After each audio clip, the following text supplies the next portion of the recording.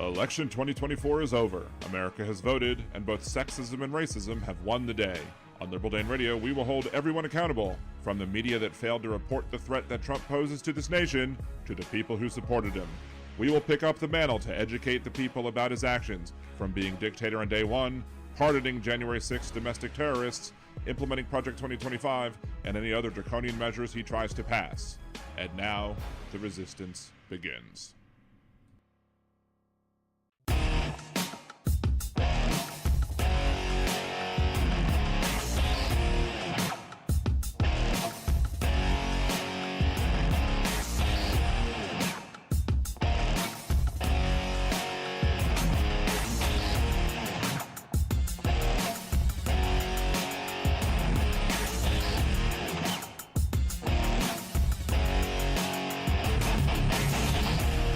And welcome back to Liberal Dan Radio, Talk from the Left, that's right. This is your host, Dan Zimmerman, coming at you from New Orleans, Louisiana.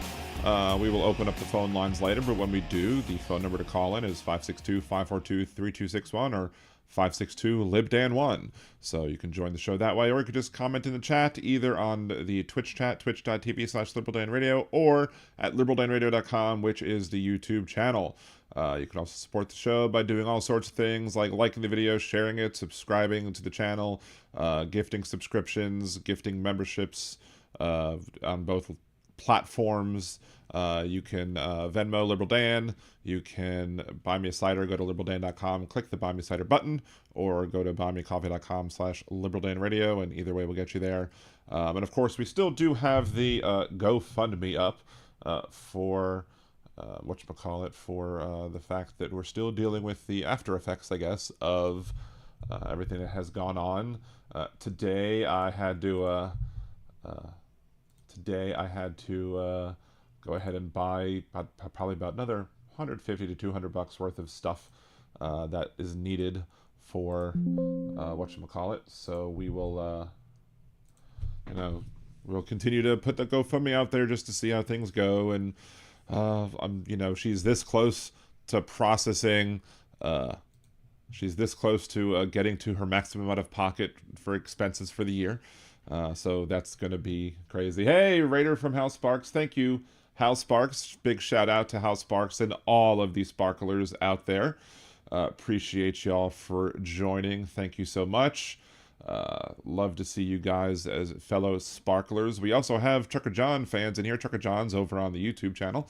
And I think I've kind of came up with the idea of coining a phrase for the Trucker John's folks, bad mother truckers. So I appreciate every one of y'all for joining in. I had to I started a little bit later on Twitch than I do on YouTube because Twitch doesn't like one of my intro music, one of the pieces of intro music. So, but thanks for everybody who's joining in on both YouTube and on Twitch. The easy way to get to the YouTube channel is just go to liberaldanradio.com, which is the link to the YouTube channel.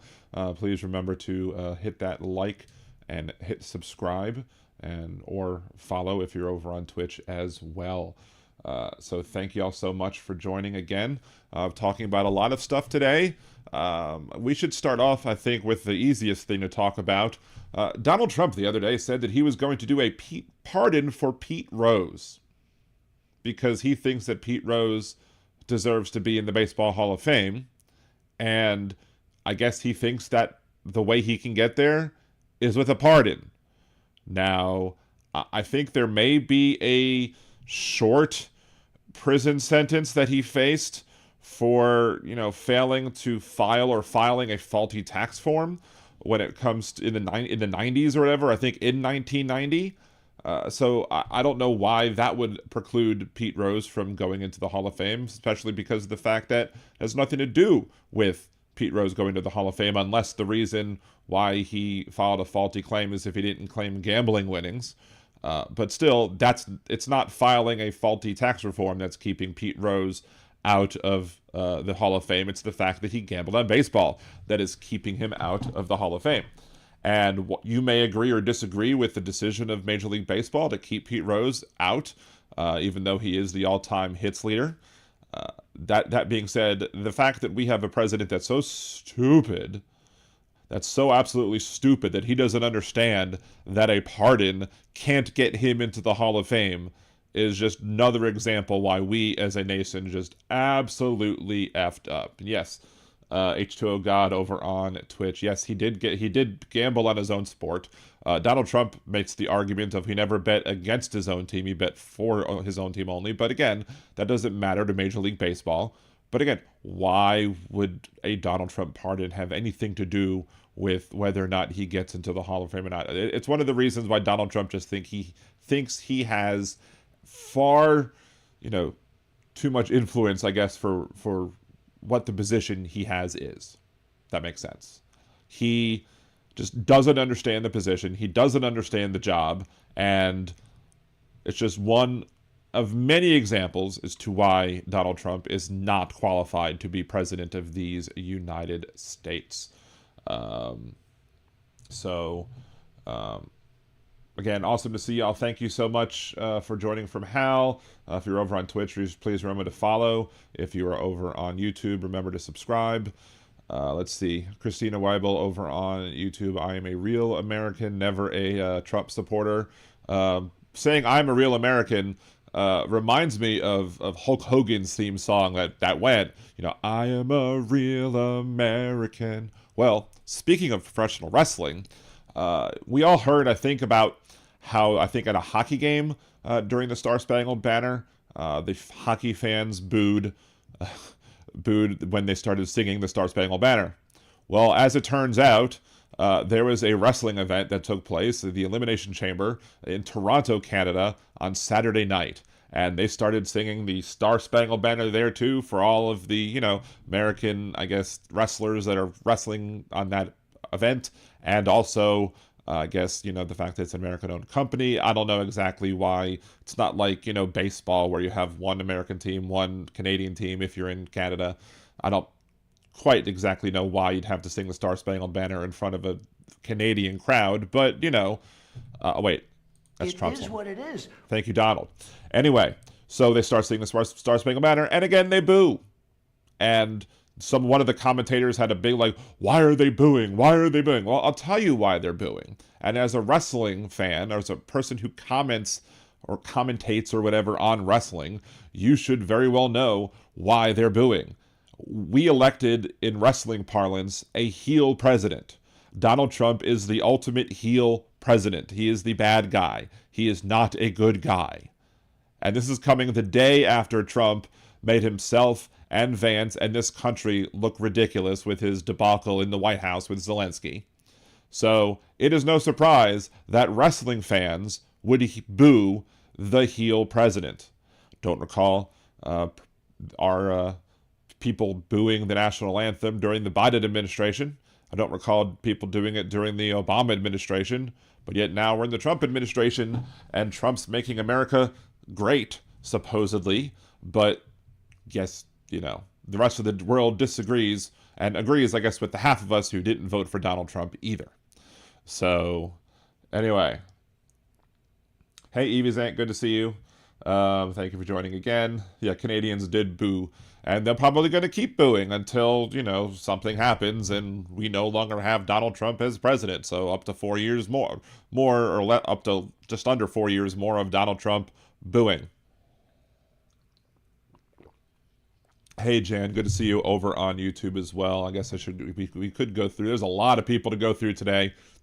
Thank you so much, Luis Sino Jr., for the $5 super chat. Appreciate you for contributing to the show.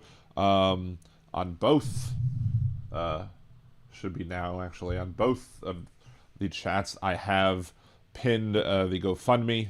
For those of you that don't know, my wife was in the hospital for about 7 weeks, in and out of the hospital, and had been in since January 30th. Just got out Thursday at the one hospital after going back and forth to another hospital.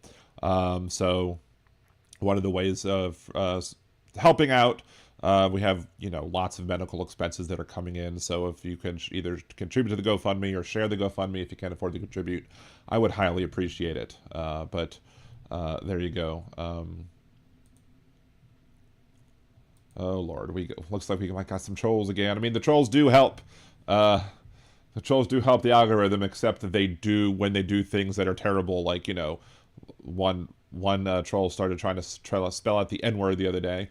I guess that's, you know, where you're starting to hit it big, right? When the trolls start to get you. Let's see, Trump and Republicans are threatening Canadians' democracy. Well, sure, because they want, you know,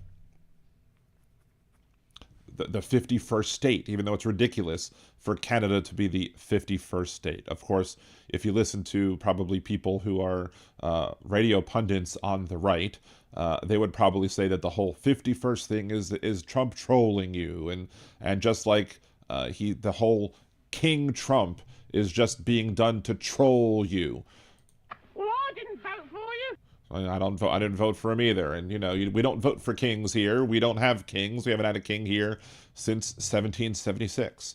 But, you know, Donald Trump wants to be king again. And, you know, someone who's probably much dumber than that. Let's see.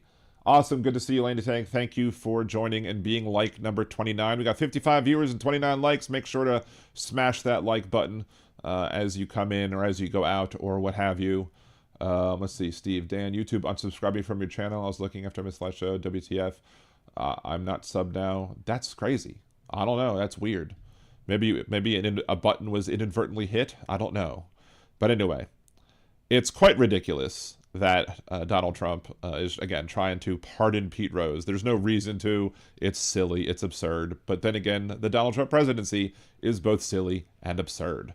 If you missed it, last Friday I did a live. I usually don't go live on Fridays, but because Donald Trump had that thing with Zelensky and Vance and the person who tried to hide in the couch as much as possible but couldn't, Marco Rubio, I mean, it's probably not a good idea to hide in a couch that J.D. Vance is also sitting on, because you don't know what J.D. Vance is going to try and do to that couch.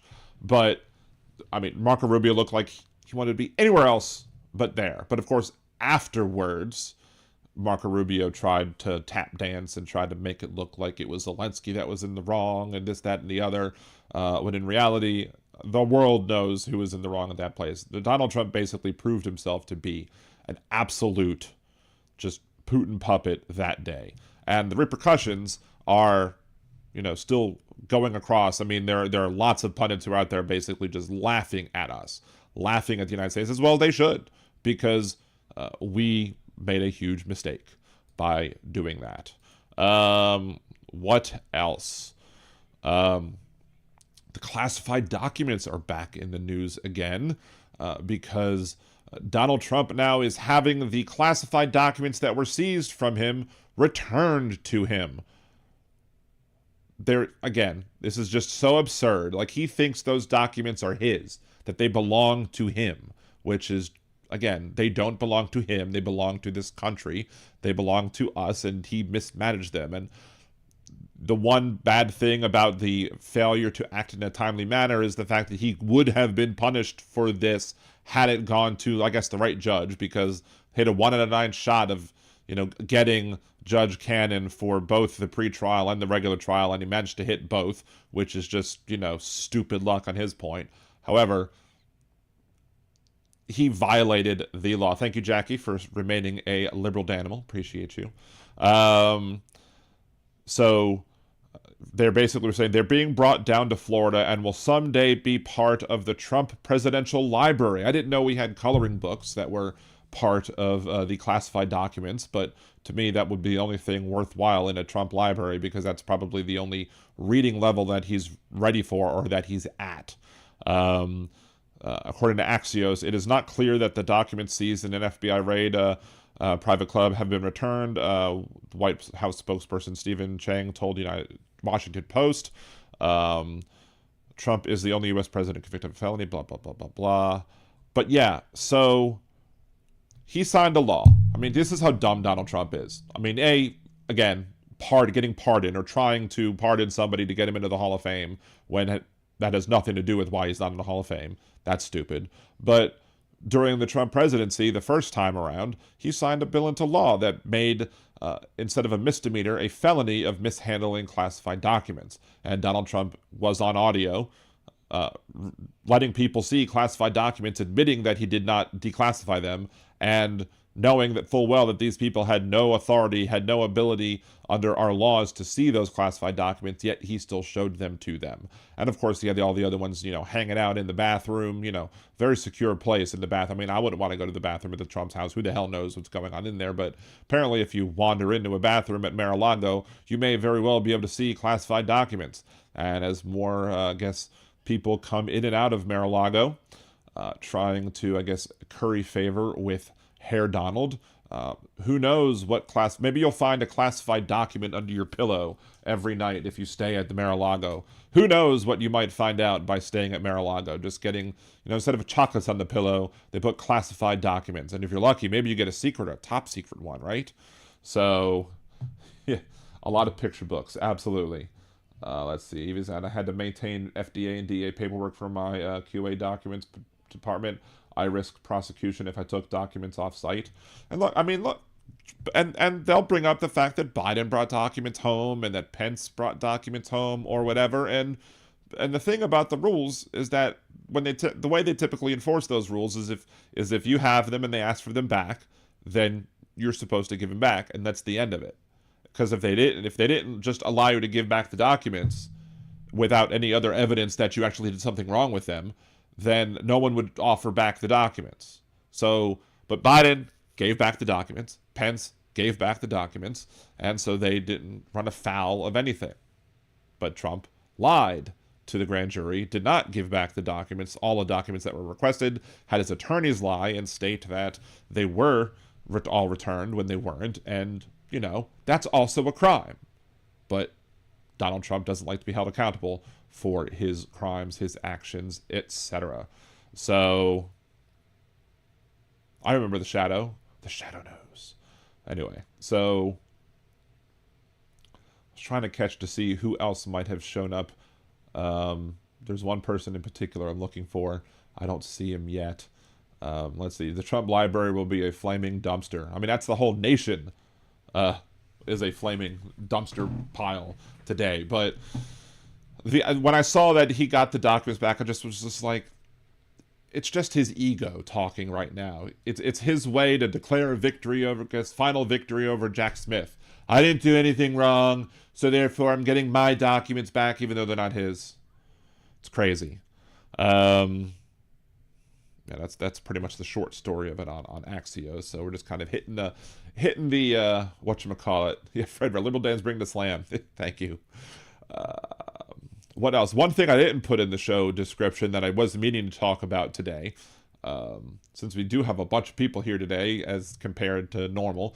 Usually I wait about a good 20 minutes to start the news or start discussing the topics, but y'all got here good, so got here quick and fast. So appreciate it. Evidently, Trump's people don't want him held accountable either. Nope. And he's not going to be able to be held accountable for anything he does unless he would get impeached, which, of course, he's never going to get impeached because currently the House would never impeach him, regardless of what he does. He could literally, hand over the keys to the White House to Putin, and the House of Representatives, Speaker Johnson, would have found some reason to find an excuse to make it okay. And, of course, the Senate would also do the same because the Senate's also in the hands of the Republicans, Supreme Court in his pocket as well. So, again, what we don't need to have somebody who has a name or a title of dictator, but we do have somebody who is a de facto dictator because nobody in government is willing to stand up for him with the authority to do so and the power to do so. Like Speaker Johnson won't do it. The Senate won't do it. The 5 or 6 of people on the Supreme Court won't do it. So then if no one's going to stop him, what do you do? And just like the whole, if a court orders Donald Trump and the Trump administration to do something, do you think they're going to do it? Do you think they're going to follow the court order? I don't think so. I don't think so one bit. Because he knows that he has up until the Supreme Court for them to actually make a final ruling. And what are they going to do? Are they going to arrest him? You can't arrest a sitting president. How are they going to prevent him from doing what it is what they don't think he can do? Previously, when you had presidents, if the courts told the president, hey, you can't do this, the president would be like, you know what? Okay. You're a co-equal branch of government. So is Congress. So is the executive branch. We have system of checks and balances over each other. So if you're going to say that I can't do it, I'm going to respect the office of the Supreme Court justices. I'm going to follow what y'all say, and I'm going to, do it without complaint. I mean, they might complain about it. For example, President Obama absolutely complained about it during one of his addresses I think it was one of his State of the Union addresses. And of course, I think it was Alito maybe who shook his head and said that's not true. Of course, Alito is a dumbass, and we've gone over why Alito is a dumbass many times on this podcast. But yeah, actually, first and foremost, before we go ahead and do that bit, before we go ahead and talk about this story that I didn't want to talk about, I do want to let's bring up the Andrew Tate thing first, because, well, he is not this week's Hypocrite of the Week, but his entering the country is the subject of this week's Hypocrite of the Week. This week's Hypocrite of the Week is National Embarrassment, President Donald Trump. Old Donny Boy has talked endlessly about how he wants to stop sex traffickers and rapists from crossing our borders. Andrew Tate has been charged in Romania for sex trafficking of minors, rape, and various other crimes. So why then was Andrew Tate and his brother allowed to cross into our country? It's because hypocrisy is a conservative prerequisite. To see who next week's Hypocrite of the Week will be, tune in live Mondays and Wednesdays at 8 p.m. Central on liberaldanradio.com or twitch.tv/liberaldanradio for more talk from the left. That's right. And there you go. If you've seen, I'm sure we've all seen this at this point, but Andrew Tate is part of the so-called manosphere, and I have over on YouTube, if you're not watching on YouTube, I have a series of videos called Unraveling Toxic Masculinity. I've never responded to anything that's a Tate brother video. I haven't responded to anything Andrew Tate, but I do respond to other type videos that are set in the manosphere and to deal with the toxic masculinity that comes from these folks. And, like the Whatever podcast, the Fresh and Fit podcast, all these other creators who create content for, angry incels who don't understand it's their own personalities that are preventing them from getting laid. And they create the problems that, they decide. Like, these people will complain about women control, this who has sex. Well, yeah, because you're throwing yourselves at women all the time. You act like a bunch of sluts. These guys try the, shotgun approach, i.e., if you offer yourself to 1,000 people and hopefully one of them will say yes. And that's what they feel is the most efficient way to go about it, I suppose. But, if you're the ones constantly throwing yourselves at women, guess what? The women's are going to be the arbiter of yes or no. Of course, people like Andrew Tate don't seem to necessarily give a rat's ass about that because, according to this one article, when the Tate brothers were moved to Romania from the United Kingdom, Andrew Tate talked about doing that would make it less likely that he would face rape charges, because the evidentiary standards in Romania, I guess, are, more difficult to, prosecute somebody on rape than they would be in the United Kingdom. But the fact that you're going to move to a different country because it's less likely that you're going to get convicted of rape, to me, tells me that he's somebody who's probably raping people. And the Romanian government agree because in August 2024, Romanian officials expanded their investigation to the Tates, and they involve allegations from 35 women. Allegations include human trafficking, trafficking of minors, sexual intercourse with a minor, aka rape, influencing statements, and money laundering as well. And of course, the two people, there were two initial people that were found, or there were 4 women in the house. 2 of those women said and told authorities that they were being held against their will. And then the Romanian government arrested and charged the Tate brothers both and their 2 female accomplices on charges of also human trafficking and forming an organized crime group. So Donald Trump has made a big stink about, wanting to protect our borders, and he wants to keep our borders safe and free and clear of people who are sex traffickers and people who are rapists. Well, Donny Boy, you said nothing about the Tate brothers being allowed in this country. Why would you allow them in this country except for the fact that, you really don't care? Your stated reasons for closing the border must clearly not have anything to do with the actual reasons you're wanting to, quote, close the border. We all know that if you watch me or Hal or any of the other progressive people, Boston Brian, Trucker John, Texas Paul, 21st Century Suffragettes, all the other people that should be getting a listen to, subscriptions, etc., because we all need to elevate all of the left-wing creators who are doing the job that the major mainstream media is refusing to do, i.e. calling out Donald Trump and calling out his actions. Y'all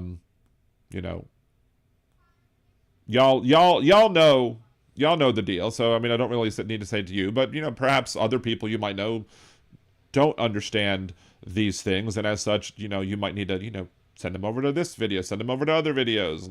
Let these people know that who they're backing is a huge, big mistake. And of course, more things with Elon Musk and Donald Trump. Elon Musk himself, when he bought Twitter, he reinstated Andrew Tate's X account or Twitter account when he assumed ownership of the platform. So apparently, Elon Musk also doesn't have a problem with people who are accused rapists, people are accused, criminals, accused sex traffickers, etc. So, yeah, it's par for the course that we are getting, this type of behavior from this presidency, and we're seeing these type of people being allowed into the country. I mean, we shouldn't be surprised. Donald Trump also wants to allow the Afrikaners, the white South Africans, who he feels are being punished for being white, or he feels are being discriminated against, because these poor white Afrikaners, they're having their farms taken away from them. Oh no, what are we gonna do? Well, the reason they're having their farms taken away from them is because they stole the farms in the first place. Like, if my grandfather stole your grandfather's watch, and I was in possession of it, let's say both grandfathers passed away, and I have the watch that I thought was my grandfather's, and then you come up and say, look, clearly that inscription there on the inside of the watch, that means it's my grandfather's, it's in my family, it should be in my family, you should be required to give it back. Now, of course, I would be like, yeah, okay, that makes sense. If my grandfather took your grandfather's stuff, then absolutely I'll give you your stuff back. But, if it doesn't happen that way, that's what the courts are for, to make people give back stolen property. At least that's part of the reason the courts are there. So if South Africa is taking back the stolen farms and returning them to the families that they used to belong to, then that's not discrimination against anybody. That's restoring justice. That's bringing justice back to people who were victims of crimes underneath apartheid. But again, Donald Trump and Elon Musk and all those folks don't understand or want to understand all that, because why? Well, because they know that, they're the ones that, they're the white people that are coming in. Donald Trump and Elon Musk don't want non-white people coming across the border. They only want white people coming across the border. They only want white people coming across the border who they will agree with them politically. So, yes. Carry on. So they are more afraid of Putin than Trump. Yes, they are. Exactly. I think that was a little bit ago. So, I'm missing an interesting cheeseburger conversation, apparently. Oh, Teresa's here. Good to see you, Teresa. Pam, Arizona Sunflower, Jeff, Steve from across the pond. I forgot to mention. If it's no Scottish, it's crap. There you go. Sorry, almost forgot your sound bit there, Steve.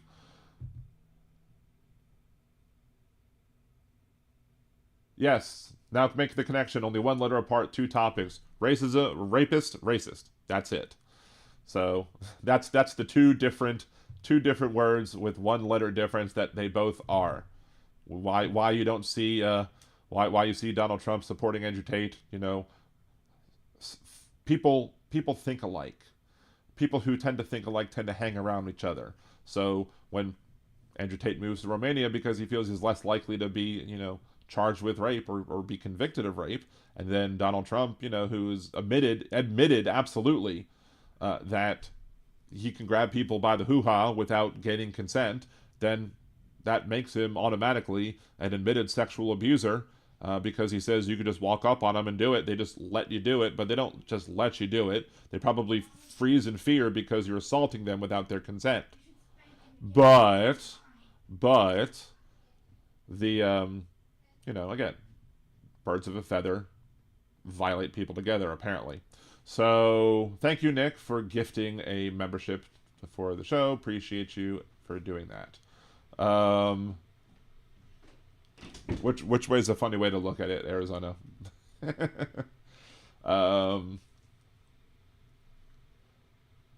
Sometimes I talk about several things and don't necessarily know exactly what it is that someone is commenting. But it is what it is. I'm sorry, that's Trump's line. It is what it is. Thank you, Donald. And if you're new to the show, if you're new to watching Liberal Dan Radio, talk from left, that's right.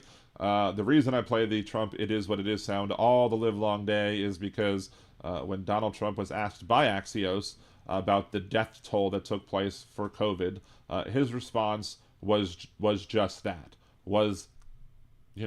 It is what it is. To show just how terrible of a person he is as it pertains to his feelings, if he even has feelings, about the deaths that he caused through his actions and inactions around the COVID-19 pandemic. So we're always going to remember the hundreds of thousands of needless deaths that took place in the United States of America simply because Donald Trump wouldn't treat the pandemic with the urgency and the seriousness that it should be treated. So, yakety smack, don't talk back. Anyway, so, you finished mine, then saw the cheese on the counter. Wait. We're having I'm missing a whole conversation about cheese, and I love cheese. That's a damn shame. So, but yeah, the idea that the Trump administration would just try and deny any sort of connection or knowledge of it is BS. I mean, Donald Trump said, I don't know anything about Andrew Tate being allowed in the country. Well, whatever happened to the buck stops here? Whatever happened to you? You're in charge of the country. Therefore, you're in charge of dealing with issues of, naturalization, immigration, border policy, etc. You are the ultimate, the end all and be all, I guess, of the person who's in charge of the law enforcement, federal law enforcement, the military, etc. You should be taking responsibility for these things, and you should be taking responsibility for the fact that accused rapists and sex traffickers are now entering this country. So, freely under Donald Trump. Yes, shockingly enough, Evie Zant, you are correct. The DeSantis did come out and basically say that they weren't welcome here. And we discussed a little of it last week because we had a little bit of a conversation because the Tampa Bay young Republicans welcomed the Tate brothers to speak because they considered themselves free speech absolutists. And so they were going to allow the Tate brothers to speak. And then Megyn Kelly and Tomi Lahren were just like, y'all are jumping the shark. Y'all are making us look bad. You make us all look... Tomi Lahren says, you make us all look like trash. Well, Tommy, yes, they did, but that's because that's what y'all are, and it just reveals the fact that y'all are, because despite the fact that Trump is allowing the Tate brothers to come back in the country, you're not going to stop supporting Donald Trump. Neither would Megyn Kelly. These people might complain about the Tates being allowed in the country, but they're really not going to do anything about it. Just like Speaker Johnson, down here in Louisiana, he basically said that he actually berated Putin and said that Putin is a threat to this country. But will he do something about it? Will he step up if Donald Trump does enough to prove to him that he is pandering to Vladimir Putin and basically siding with our enemy instead of our allies?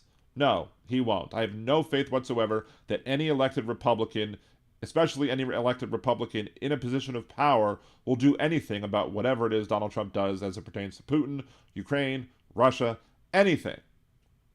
Because they're too afraid of their MAGA base to do the right thing, even if they wanted to do the right thing, which most of them still don't.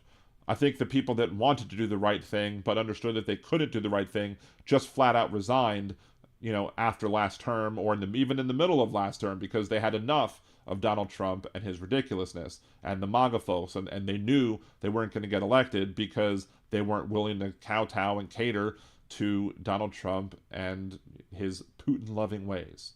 So, hey, Big Hook, good to see you as well. Let's see. But one thing that I didn't put up here, that I did want to talk about, is neo-Nazi group plots rebuild as Trump's FBI chief takes helm. So Kash Patel. There's some audio apparently about this. Haven't found the audio yet. I need to still look for it. The terrorist group is called The Base, and they appear defiant as the new administration aims to deprioritize the threat from the far right. Because not only are they deprioritizing the threat from the far right, but Pete Hegseth said that they're going to stop like the cyber command people from targeting Russia and from defending ourselves from like Russian hackers or whatever. Because, that's important. To let Putin do whatever it is he wants to do cyber-wise to us. Let's just drop all that stuff, right? Makes total sense. Well, they also, again, they don't want to look at far-right extremists. If you remember, there was a FBI memo that targeted extremists that went to like school board meetings. So they were concerned that school board meetings were being like infiltrated by people who are part of the far-right agenda. People who were not all of the parents who were at these school board meetings, but there were people who were there who would be people who would make threats against school board members for doing things that they don't want them to do, etc. But of course, the conservative pundits took that and said that they're looking into all of the parents who attend school board meetings, which is of course a crock of crap. We all know that's not true. But either the people saying it know it's not true, but are still willing to say it because they know it makes a political point for their side, or they know that the people saying it heard the pundits that they listen to say it and then believe it because they don't bother to read anything that they see things about on the news. So if I hear something that sounds just a little bit crazy coming out of the mouths of left-wing or left-leaning media types, I immediately go look it up myself because I don't trust that they get it right. In fact, I don't trust that, I trust that they'll get many things wrong, because that's why we have Donald Trump as president, because the media just did not cover Donald Trump properly. So, but here we go. But again, we as left-wing folks were correct to be afraid of far-right extremist groups groups like Proud Boys and Boogaloo Boys and people who were involved with the insurrection on January 6th, 2021. But this international neo-Nazi terrorist group with as Donald Trump would say, with oranges in the United States, appears to be quickly rebuilding its global and stateside ranks, according to information obtained from this periodical. Founded in 2018, the base has been the intense focus of a years-long FBI counterterrorism investigation that has resulted in more than a dozen of its members being arrested. It has plotted an assassination, mass shootings, and other actions in Europe, which made it a proscribed terrorist organization in several countries. By 2022, it seemed to disappear. Its founder and leader, Ronaldo Nazzaro, former U.S. Special Forces contractor who resides in Russia, shockingly enough, he's living in Russia. Is anybody surprised? I'm not. Was using the safety of Russian apps before the November election to recruit and reorganize during a tense political moment. At one point, he even solicited ex-American soldiers with an offer of $1,200 a month to put members through paramilitary training somewhere in the Pacific Northwest. Its regrouping comes at a time when the Trump administration has made it a policy to move away from policing far-right extremism, and during the appointment of Kash Patel, and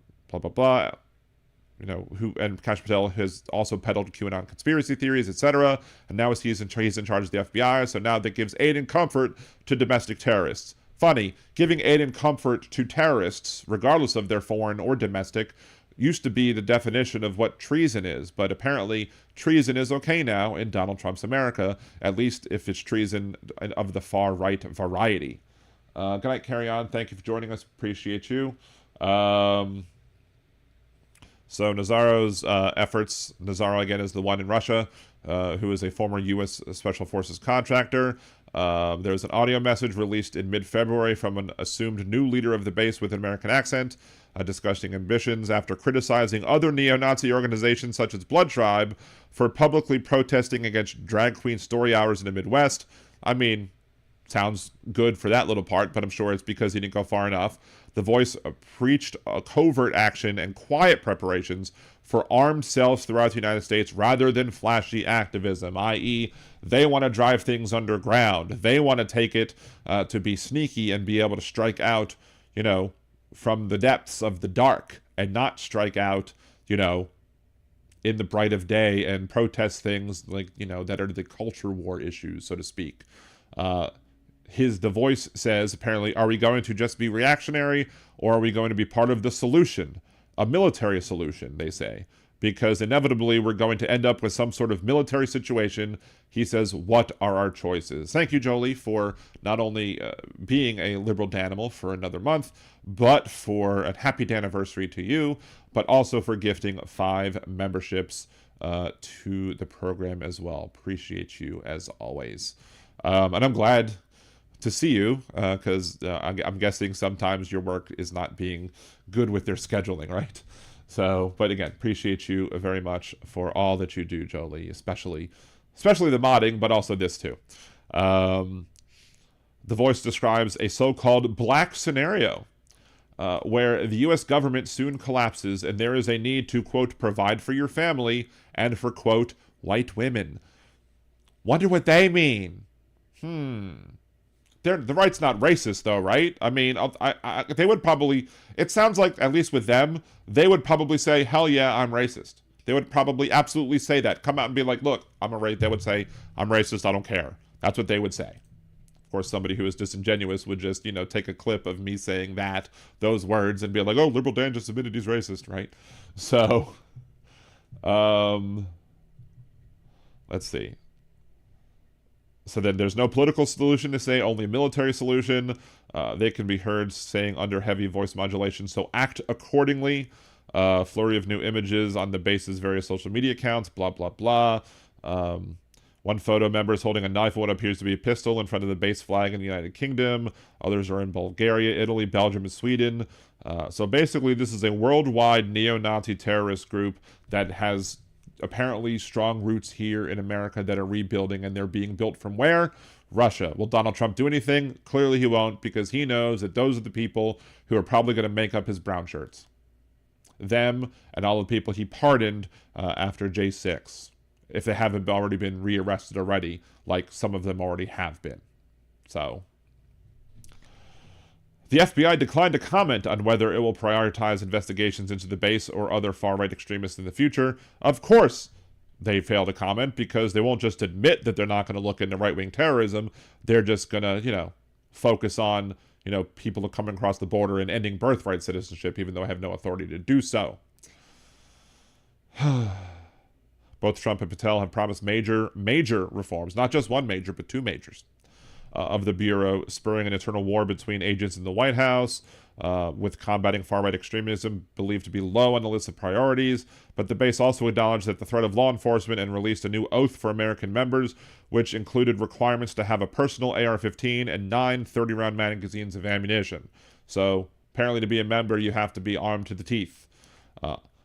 It says, I willingly accept the risk of being targeted by law enforcement as a result of my membership to the base, to include being placed on government watch list. However, if questioned by law enforcement, I will say nothing.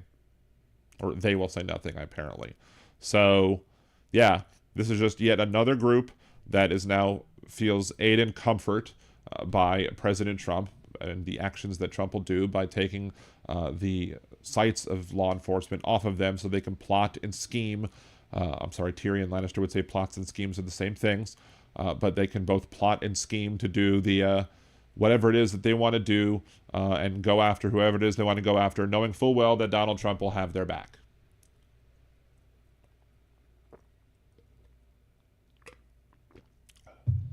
I'm sorry about your pneumonia as well, Jolie. I understand feeling exhausted, though, simply because of the fact that I've been exhausted for other reasons. So, but yeah, if you ever need to just not do this and take a rest, please feel free to do so. Like, I know you are, but I just, I want you to take care of yourself. So, because the world is better with Jolie in it. So, let's see. Let's go back over. See, Evizanti over there, they believe in white male superiority and see all others as inferior, non-human, pretty much. Yeah, what the hell? They are leaving us more exposed to cyber attacks and propaganda. Let's just bring up the full article on that, shall we? And then we're going to open up the phone line soon. So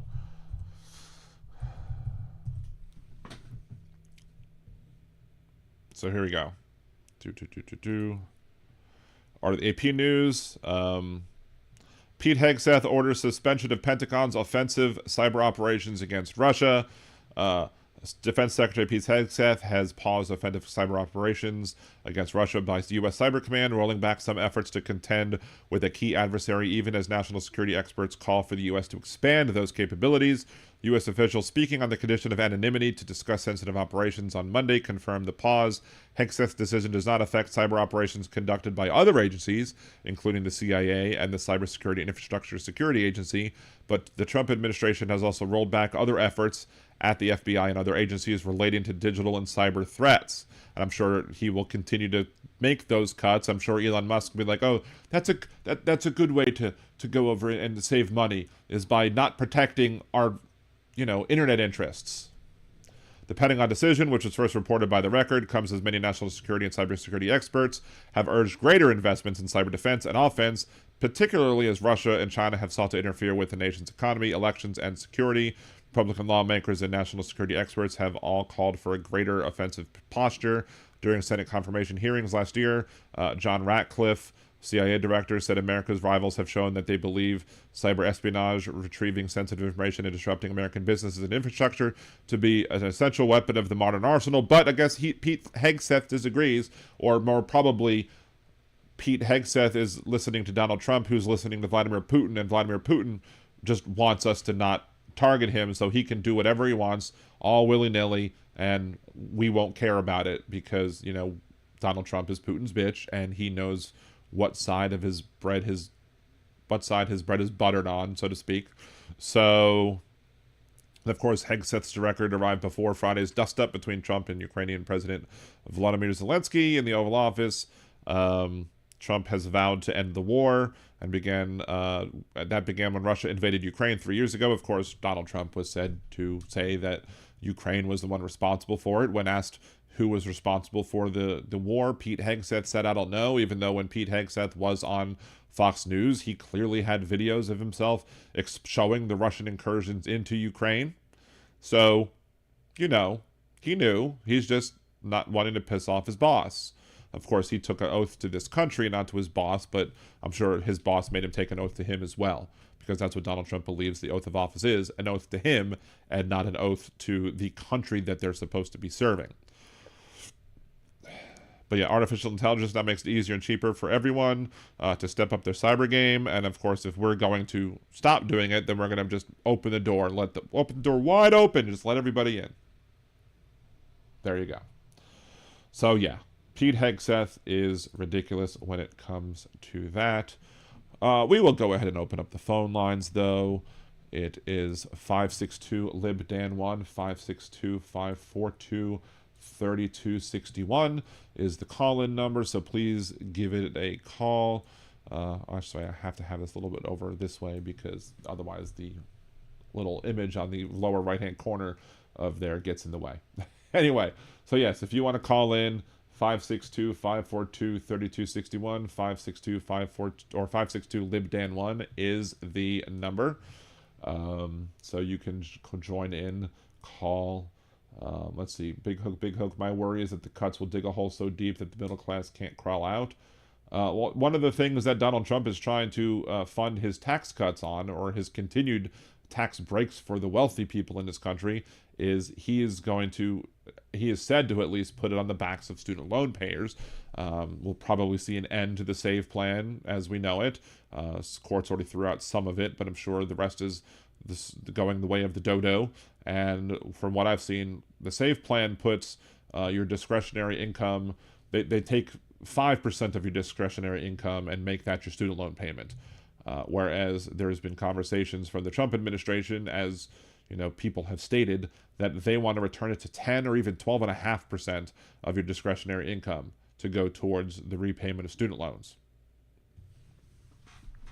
So, as people who are paying on student loans, like me, if when that happens, when he gets rid of the 5% and then changes it to 15 or 10, 12, whatever it is he's going to change it to, my financial situation is going to look even more bleak than it did before. So, yeah.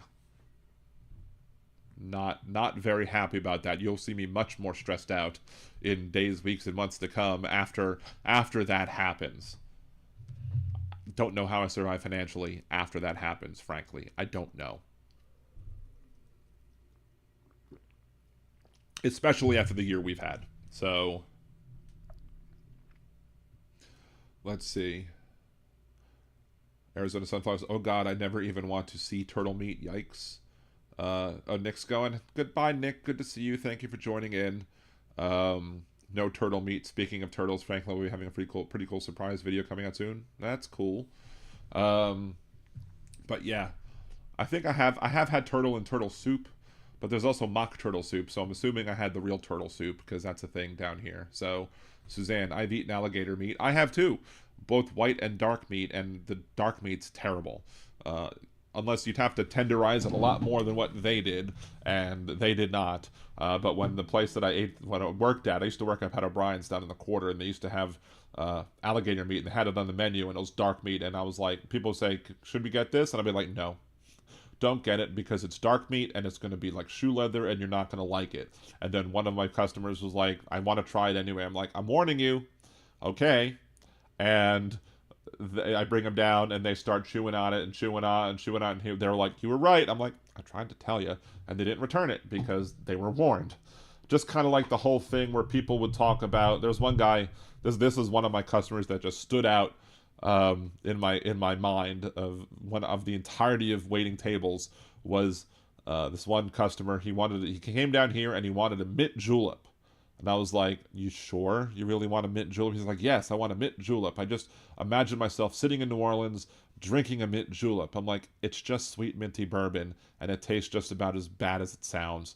But he was like, I just still want to try it anyway. I'm like, okay, I'll be more than happy to make you to have the bartenders make you one. So went, put the order in, got the mint julep, put it on the table, came back, see how he was doing. He was like, you were right, this was awful. I told you. And then a few minutes later, he's like, can I try another one? I'm like, really? He's like, I just want to be sure. I'm like, okay. Bring him back another mint julep. What happens? He's like, it's still terrible. You're right.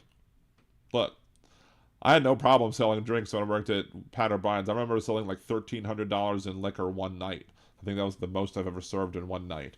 But yeah, I don't even think that was a Mardi Gras night. But it was just like boom, boom, boom, boom, just throwing drinks all around the place or whatever, and never had a problem selling drinks that people would like, especially the Hurricanes. But drinks that people didn't like, I mean, I would warn them away from it. You're not going to like it, but they'd still get it. So I'm like, I'm not going to let you return it if you order this crappy drink. Hedge enemy. There we go. I've been waiting for you all show.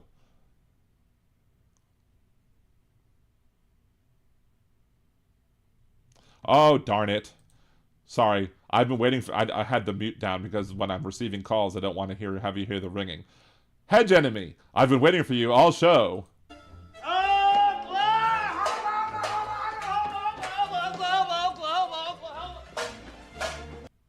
You may very well have said something, Hedge Enemy, but I might not have seen it, because we have more viewers today than normal, thanks to Hal Sparks and his raids. So thank you very much, Sparklers, for making this a well-populated show. Appreciate y'all. Evazons, I had muskrat downstate Delaware as a kid. I'm from Maryland, and I've been to Delaware. I guess I've never been to downstate Delaware. I wouldn't want any sort of musk in my mouth, rat or otherwise. Even though he's not here. I'll have to play that for him anyway.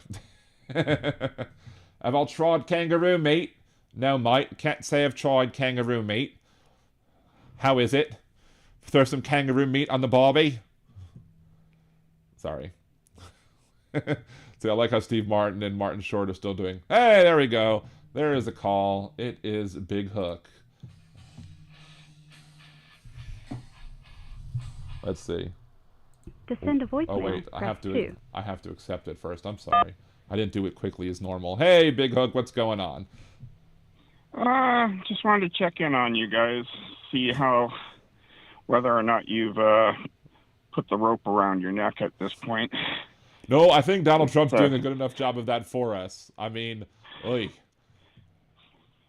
Yeah, I don't know anymore. It's just a question of when is the other shoe going to drop. It's the chaos is coming fast and furious, and anything that you thought that you could count on is no longer a reliable thing. I mean, after the Supreme Court did whatever, an administrative stay, I mean, that basically tells Trump that he can starve and kill off all these African people who have no food and are, being killed off by, AIDS and other, problems like malaria and all the other things. I mean, I don't know. It's a shit show that nobody could have imagined. I mean, he literally is the horseman of death with all the stuff that's been coming down. I don't know. What do you think? I mean, it's not just the fact. I mean, here's the thing. Here's the thing that unfortunately saying a bunch of Africans are going to die is unfortunately not going to convince many Americans who didn't vote, all the Americans who voted against Trump are like, yes, you're right. It's terrible that these people in Africa could die because they'll lose access to medicine, they'll lose access to food, and they'll either die of some disease related to HIV or AIDS, or they'll die of starvation because they're not going to get the food coming in. Unfortunately, the people who voted for Trump, who need to have their minds changed, are not going to give a crap about that. At least I don't think that enough of them will give a crap about that to move any needles. But what might cause people to start giving a crap is the fact that, because USA paid the money in order to send those crops to, Africa, they paid the money to American farmers who are now not going to be able to get the same business that they used to get by helping to provide aid to these other countries, which then means that the farmers are going to be hit again, like they were the first time, except the first time it was just with tariffs. Now it's going to be even more. So, that's the way that the Republicans are, and the conservatives and the MAGA types, any of them who could possibly be swayed, are going to be swayed by their financial losses that they might suffer at the hands of this idiot in charge, and not at the look at these poor people who Trump is going to. I mean, they didn't care about the Americans that died during COVID that Trump was responsible for. We're never going to get them to care about Africans that are dying from Trump's actions either. So, yeah, I've been watching the old series Mom, and been reading the Chuck Lorre Vanity Cards. Mm-hmm. And I'm convinced these guys, like, racism is like alcohol. They're absolutely addicted, and and they refuse to do the 12 steps and make amends, and which would means that they have to own up to what they've done, as well as look at the actual history and face facts. We don't live in that age anymore, and I don't know whether or not you guys end up having a divorce of the North and the South again, where regular sane people exist, and the racists basically can go and live in their deluded version of how the world works. I mean, what are they going to do if we all move up north and separate ourselves from them, and welcome the immigrants and everything else? I mean, what are they going to do? I mean, right. They can't, no matter what you do, no matter what you tell them, they can't be they're not happy because they don't have a scapegoat as to why their life is so miserable, when the answer is right staring them right in the face, which is the Republicans have cut all your education, all your benefits. This right to work crap means that the employers can pay you the least amount possible, while you have to basically crawl to the government for Medicare or Medicaid or whatever is available to you to help you when God looks at you and decides that you've got cancer or any other medical problem. You know, I don't know where this stuff ends. I mean, you can't teach these people. They just refuse to acknowledge that they have the problem. Like Right. I said, it's the same alcoholics analogy, you know. Oh, I can stop anytime I want. No, you can't. You Well, know, one of the things that just, you know, what makes it a little different than I guess in the Civil War. I mean, not just, it's not about slavery, but, you know, is the fact that, you know, back then I think people were more, I don't know if there's a word to say, patriotic about their states. Maybe statriotic is a good word to make up for it.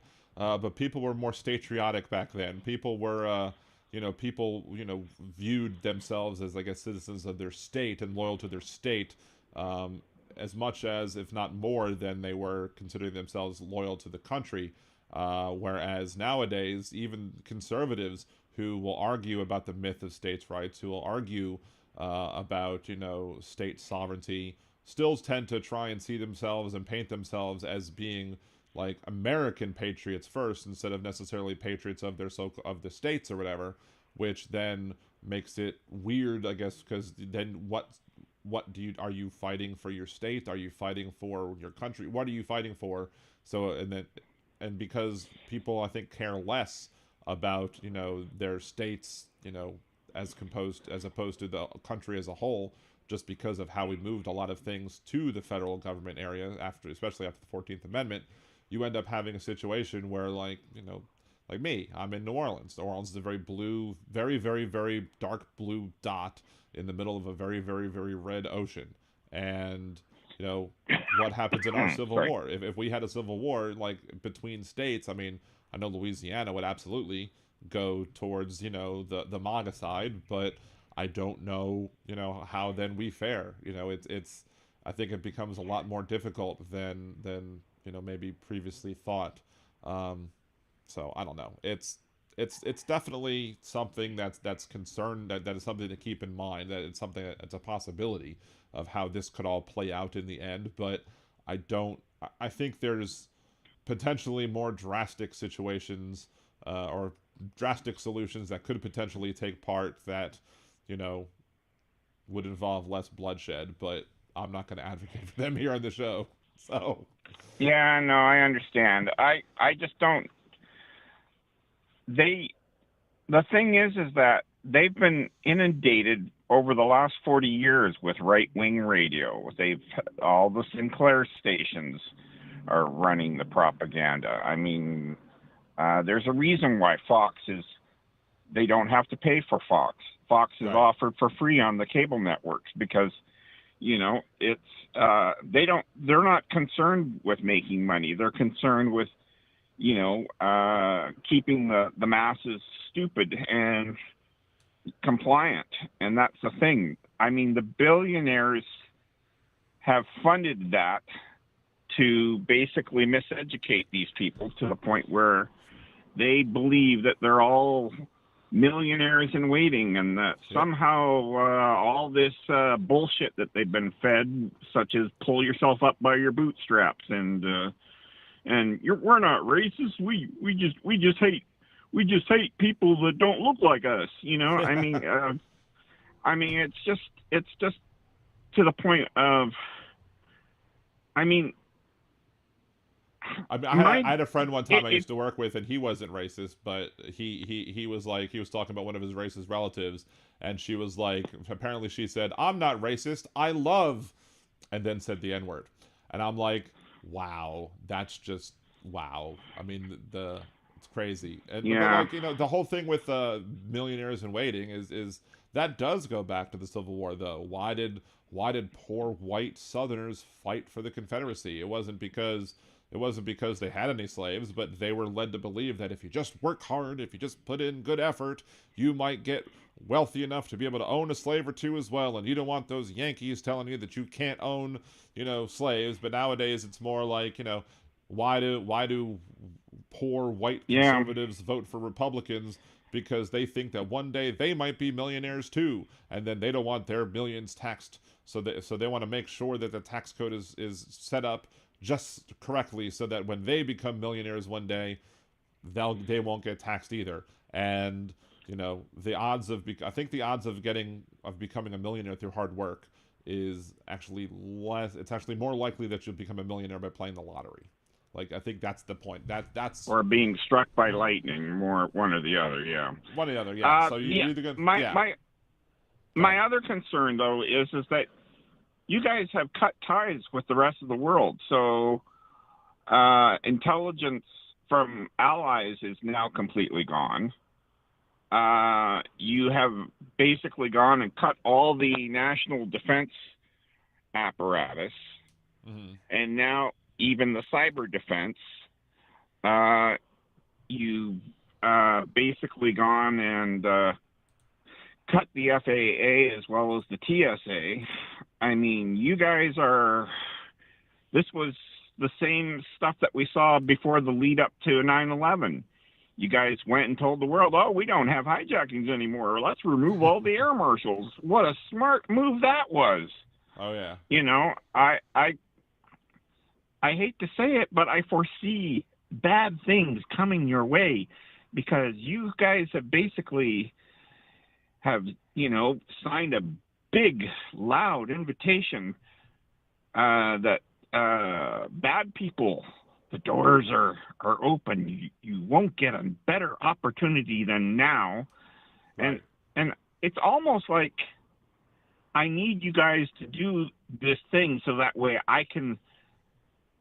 Maybe it's a wag the dog maneuver by Trump, so that way he can impose martial law and make himself dictator. I don't see.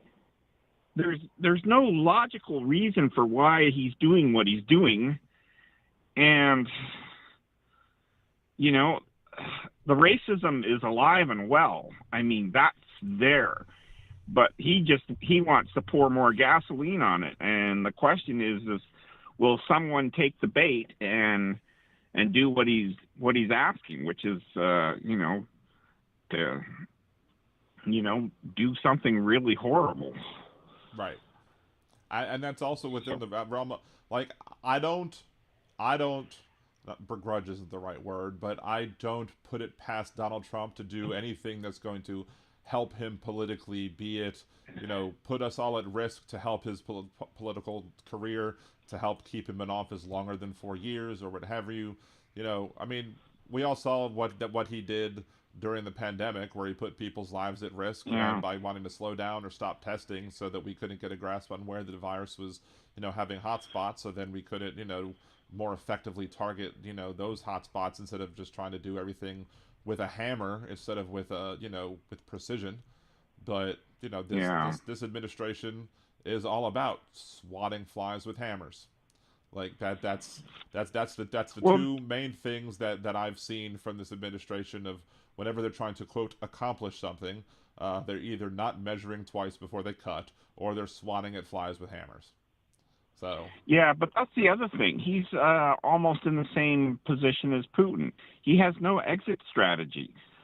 He either remains in power for the rest of his life, or he has to face the consequences of doing all the criminal shit that he's done. And I mean, I don't know what else to say. I mean, after watching that whole thing, and then Rubio going out there and trying to defend that and bullshit his way through there and say, oh, well, we don't have any. That these MAGA folks have gotten me to the point where I have to say things like, you know, Ronald Reagan would be spitting in his grave right now. Like the fact that we have to look towards Ronald Reagan as a Republican that we miss, as compared to the Republicans we have now, just makes me mad that we have that they're making me look at Ronald Reagan as somebody who would be better. Yeah, At but least every Republican president, Nixon should have gone to jail. Yeah. Reagan should have gone to jail. Both Bush presidents should have gone to jail. And now we got Donald Trump who should go to jail. You know, I mean, they're all criminals. I mean, the thing is that each one of them was more daring than the other, you know. Oh, we can do torture. We can waterboard. Oh, this is, specialized interrogation techniques. It's like, right. You know, I mean, like, they justify the worst behavior out there, and then they say, oh, well, we're conservative and we know better than everybody else. And it's like, no, you aren't. You know, we have a history of the most horrible things that humans have done to humans, and you're right up there with them. They don't, I'm sorry, I don't see any good in the Republicans because they can justify anything, to hold on to power. I mean, that's a reasonable point. It's a reasonable point, but my point is just that it used to be that Reagan was like the end all be all of if you wanted to deify any of the people who were presidents, Republicans would be like, oh, Reagan's the guy. But nowadays, the Reagan that they present up is a straw man of the actual Reagan that existed back then, because their Reagan is even more horrible, than the Reagan that was there, and the Reagan that was there, again, was still horrible, but at least that Reagan would have stood up to Putin.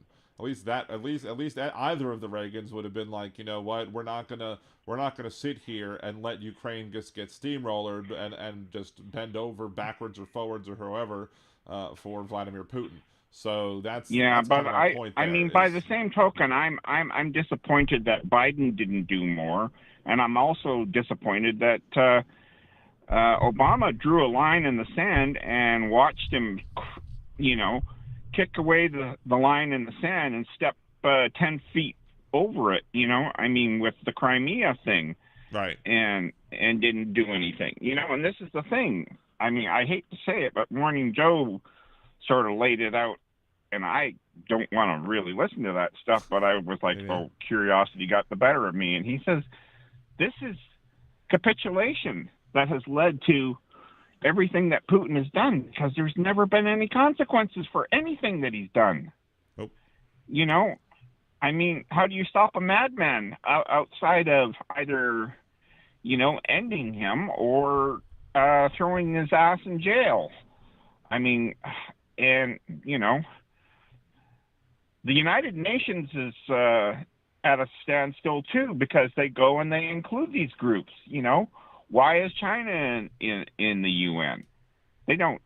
They break international law all the time. Same thing as Russia. Same thing as Iran. Why include these groups in there when they don't want to follow by the international rules of law? Right. If you can't follow the rules, you don't get any membership, and you don't, for God's sake, get a veto vote.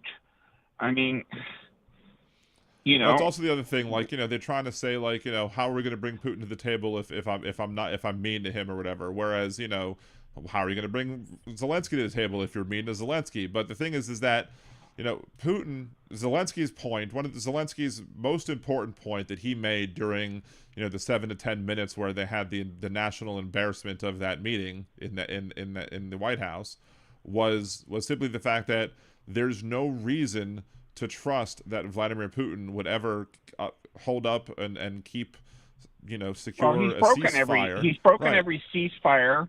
He broke it before. That has ever been put there. Why would we believe now that he would break it again? Goes to the whole thing of the Republican understanding of the boy who cried wolf.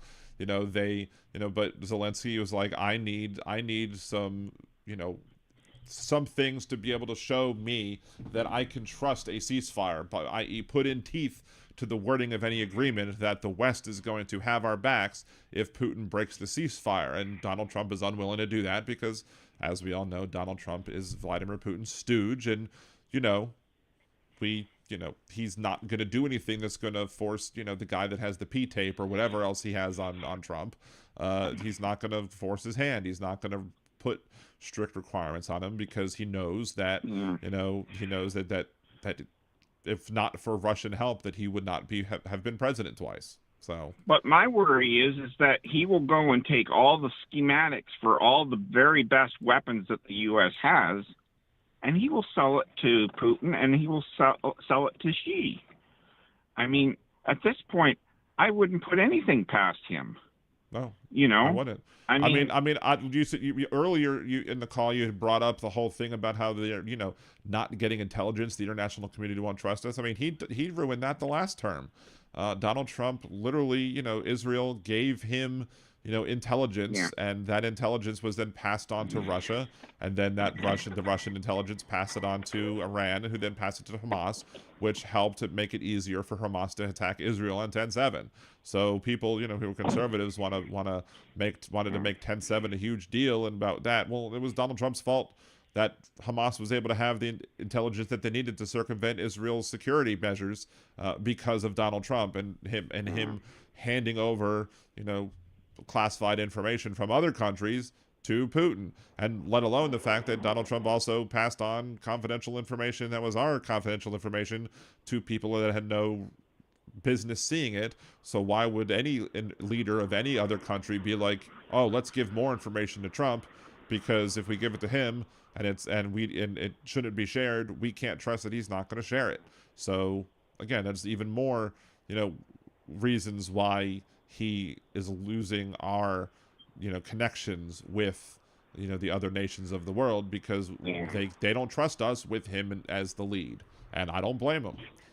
And I don't blame him for booing at sporting events, be they scripted ones like wrestling or real ones like hockey. I don't blame them for booing the Star Spangled Banner, because we as a nation put Orange Hitler in charge, and now we're all seeing what the result of that is starting to look like, and it's a long way from there. So, okay, well, listen, I was on a little break there from work. I've got to go back and serve my masters, so all right. I'm going to have to cut it from here. As always, Dan, it's a pleasure talking with you, and I hope the rest of your show has some fodder for discussion. Appreciate you calling in as always. Have a good rest of your night, and stay secure up in the Great White North. That's what I plan to do. Thanks. All right. Have a good night. Bye. You too. Bye. All right. That was caller Big Hook. Big Hook, live from Canada. If you want to call into the show, again, it's 562-LIBDAN1, 562-542-3261. You can join the show. Leave your comments, questions, concerns, etc. If you're a conservative, you're free to call in as well. If you want to chat about issues, we are, more than happy, as long as you're respectful, to have a good back and forth and, debate the issues. If you disagree with anything I have to say, I'm not scared or afraid to take you on. Call in, give it a shot. We've had conservative callers on it before. I've had conservative guests on the show before. More than happy to have the debate with y'all. So, let's see. Come by 21st Century Suffragists tomorrow. You can lose your theory there. Fair enough. What's the theory? I don't know if I missed the theory. Let's see. Let's let Adler caller touching on the stunning level of Dunning-Kruger among the worst Republican people. The least merited, competent, believe they're the most common with the authoritarians. Yep, pretty much. That's the problem with the conservatives, is that they think that they're the problem, that we're the problem when they're the problem. They all of the issues that you might deal with, be it theories of conspiracy nature, Dunning-Kruger effects, Mandela effects. They all seem to find good homes in the Republican Party, in the MAGA circles, etc. Let's see. But thank you for joining us, Linda. Appreciate you. Please, everybody, remember, if you're new to the channel, remember to smash the like button, hit subscribe. If you're on YouTube, hit follow. If you're on Twitch, make sure to come along and support the show, help the algorithm, because as I say, Al Gore needs more rhythm. So. Yes, Dean, you will see a lot of familiar names. 5 p.m. Detroit time, blah, blah, blah, blah, blah. Hard to bastard. It's hard to work out. P-dubs, the number to call in is 562-542-3261 or 562-LibDan1 up on the screen. Just, 562-LibDan1. I was very happy I was able to find that. So you're more than welcome to call in, P-dubs, and welcome again. I was going to say hello, but I was in the middle of a conversation with Big Hook. But, I did want to say hello. Good to see you again, P-dubs. So let's see, 10:20 in Michigan. Yeah, 9:20 here in New Orleans. It's 4:20 somewhere. So what? Puff, puff, pass, pass, right? I didn't say hello to Kevin. Hello, Kevin. Hey, Vicky. Anybody who else? We had a lot more people than normal in chat. So I do want to say thank you and hello to all the people who I may not have said hello to yet in the chat. But again, yes, 562-542. 3261 562 LibDan1 is the caller to call in if you do want to chit chat about the issues, if you want to rant about something, if you want to talk about anything, just give me a holler and we will touch on those issues. Another thing I did want before we get another phone call, or maybe until we get another phone call, there's another story. Pentagon has said it added 3,000 troops to the U.S.-Mexico border. Their Fort Carson will supply the vast majority of these new troops. Defense Secretary Pete Hegseth announced another round of active duty. This might be P-dubs. Let's see. Let's answer.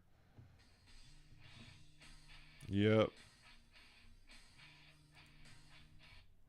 Hey, P-dubs. What's going on? Good to hear from you. Hey. Well, I was thinking about what Big Hook was saying, and after Friday, I don't think there's any question about Trump's intentions, period. Right. I think he's sided with Russia. He's taking us that way. And unless we can stand up to him, to Trump, and they're in all the places of power, and he's got everybody in their place. Mm-hmm. I don't see how we get out of this. The courts are making rulings, but the courts didn't hold and keep him accountable for the first insurrection. Right. Well, again, how many of those rulings is Donald Trump going to follow? I don't know if he'll follow any of them, because he feels that once it gets to the Supreme Court, they'll justify him and vindicate him anyway. And one of the things I've said, one of the things I said back in Trump's first term, and one of the things I often talk about is, the whole, if you remember when the Egyptian military had to kind of take over their country to I guess go over other elections as you had somebody dangerous in power who needed to be removed. I don't necessarily have the same faith that the American military would do the same, because who knows how many of the people currently serving in the military would be, willing to do so. Now that you especially have Pete Hegseth, who's in charge of the military, you'd have to have people, basically not follow Pete Hegseth's orders as well as not following Trump's orders in order to stand up for what's going on. So I have no faith that they'll do it. But that may very well be the one thing we have to hope on, is that you have enough people in the military who respect their oath to the Constitution more than they respect their supposed implied oath to Donald Trump because he's commander-in-chief. Mm-hmm. Even our police force is iffy. Right. A lot of them are in line with Trump. So what I'm doing now... Rage Against the Machine said some of those who work forces are the same that burn crosses, so... Mm-hmm. Anyway, go ahead. What I'm doing now, and what I'm suggesting people do, is get ready for hard times. And I'm disabled, so I'm going to be one of those people that's going to be hit hard with all the crap they're trying to do with Medicaid, and I get housing vouchers, and food stamps and all of that. That's probably going to go away, which means I'm not going to be able to afford medication. I may lose my home. And so I'm planning on selling a lot of my things and getting some cash together and putting things I love in a safe place. Mm-hmm. And I think we should all be preparing for really bad times.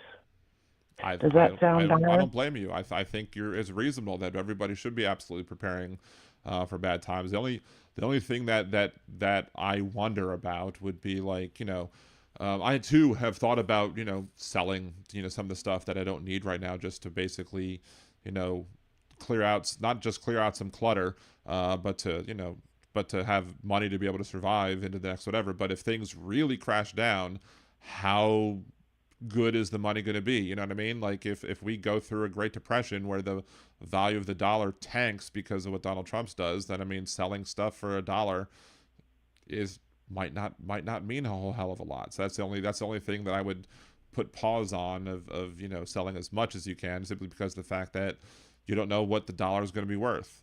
I'm not going to be one of those people that says we'll invest in something else like gold or silver, because no, that's a scam too. Because if gold was such a good deal, why are they selling it? That's my big question when it comes to that. If gold was such a good deal, if it was such a good buy, it's such a good idea to buy gold, why are they now selling gold? I understand people that maybe mine for gold might have to sell some of it to justify, to pay off their expenses of actually mining for the gold. But again, why would I sell it if it's such a good thing to hold right now? I'd only want to sell it if it looked like it was going to drop. So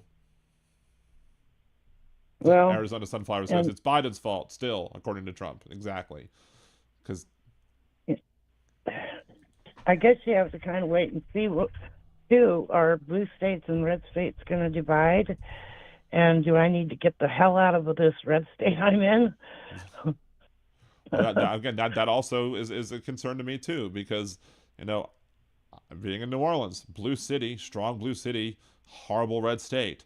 Louisiana would probably be one of the last to ever change its ways on things. So if there was a new confederacy, I'm sure Louisiana would be more than happy to jump right along into that new confederacy, because that's ultimately when these people say that they're patriots, I think they're really patriots to the Confederate States of America and not the United States of America, because that's what they really want. But yeah, I'm just wondering, if that happened, if we had state splits and you had the Northeast and the West Coast all going towards some sort of new blue country, or maybe even two blue countries, and then you ended up having the South and the Midwest forming this one big red MAGA country. How safe is it going to be for people who are Americans who want to make their way up to Maryland, New York, whatever, or out to California? How safe is it going to be to drive across country as a bunch of liberals or leftists fleeing your red states and having to flee through red states? That would be the terrifying thing. So thank you, Arizona Sunflower, for the 1999 super chat. Appreciate you. All I have to do is cross the river and get into Illinois, and I live right on the river. So, and maybe there would be some sort of underground pipeline to get you further away from the red states. I don't know. Maybe. But I'd probably have to take a cruise ship out of New Orleans somewhere else, and then take a second cruise ship back to a blue port out of the red port. So yeah, this is a crazy conversation, but I guess it's one that needs to be had. With all my financial shit that's just going down recently, after my mother-in-law passing, we still haven't sold our house. There's still property up on the North Shore of Lake Pontchartrain that needs to be sold. And all the money and expenses that we've incurred trying to upkeep all of those things, and all of the medical expenses that we've had to deal with my wife. I just don't know. How is your wife? She is doing much, much better. I mean, she's still, she needs a walker to get around. She can't walk for too long of a distance. We tried walking outside for a bit. We walked 2 houses down, turned around. She had to take a seat for a little bit before coming back. And then we just kind of sat outside and enjoyed the nice weather for a little bit, before it's supposed to get terrible tomorrow. And then but the taste that was in her mouth is gone. Where everything tasted bad before, and now she can eat normally and drink normally, and nothing affects her that way. So that's going to help her, I guess, with gaining strength and everything like that. And she's going to start physical therapy on Wednesday, I think it is. So I'll have to drive her out to that as well. So hopefully, with the physical slash, outpatient rehab that she's been going through, with that, hopefully they'll get her back into, her being much more independent than she currently is. But she's doing much better than even I thought she would be doing this first week back, which is good to see. So at the same time you were dealing with that, we were dealing with my mom being sick again. Yeah. And she's home now, and she's a bit stronger, but she had pneumonia. And Right. she was misdiagnosed and ended up in 2 different hospitals over it. And she had to have physical therapy, and she was dehydrated, and her meds were screwed up. And literally the same thing that happened with my wife. Maybe different symptom, but yeah, we went to one hospital 3 different times. The one that's closer to us, they couldn't find what was going on. They gave her a spinal tap and did a lumbar puncture or whatever to test, I guess, the spinal fluid. They did not find anything doing that.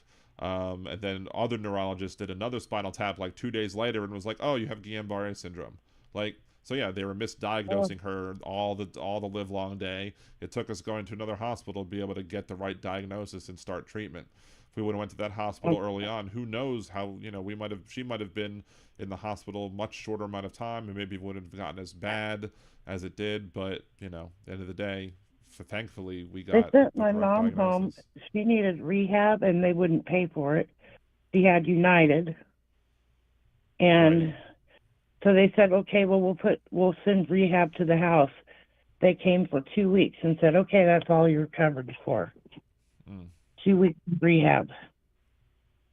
Bastards. Clearly that's not going to be enough. No, I mean, if they told they tried to send my wife home when we brought her back in 2 days later to the new hospital, and I was like, I had to argue with the second, because I leave to go pick my son up from school. By the time I got to my son's school, just only like 15 minutes away, my wife messages me, they're trying to discharge me, and I'm like, oh no, they're not, and I had to drive back with my son back to the hospital, and he had to sit and he's like 12, but I mean, he had to sit in the waiting room of the emergency room all by himself because they wouldn't let him in back with me because they don't let children back in the ER, and I had to explain to a whole new doctor because the doctor that originally said we're going to let you go already had left, so I had to explain to the whole new doctor everything that was going on to advocate for Cassie so that she wouldn't be sent home because it was not safe for her to be sent home. And finally, I was able to say one thing. I don't know what exactly the one thing was, but I said enough things that one of the things stuck, and he was convinced to keep her in the hospital, and thank goodness she was, because that finally got her what she needed to be able to get on the mend, which is basically the immunoglobulin therapy that they did, because that solved the bad taste issue, and that made it so that she could actually start recuperating. She still has some weird things, like she still has some like weird feelings, like if you touch her leg, like she used to not feel it at all, it still kind of is a faint feeling, but she has a little bit more feeling in the leg. But it's just it's miserable, it's terrible. And the fact that we had to go to 2 different hospitals to get that done, and I mean, medication being screwed up. They had to take her off of her high blood pressure medicine because the blood pressure crashed. They had her initially on steroids, which caused her sugar to spike, which now has making her have to take insulin. So the whole thing is just a mess, and it's having to navigate the healthcare system. Even with me, like last Tuesday, I went to the emergency room while she was still in the hospital, and I picked the same hospital because why not? And I ended up going home the same day, but they told me to go see a urologist because of the potential kidney issues that I was dealing with.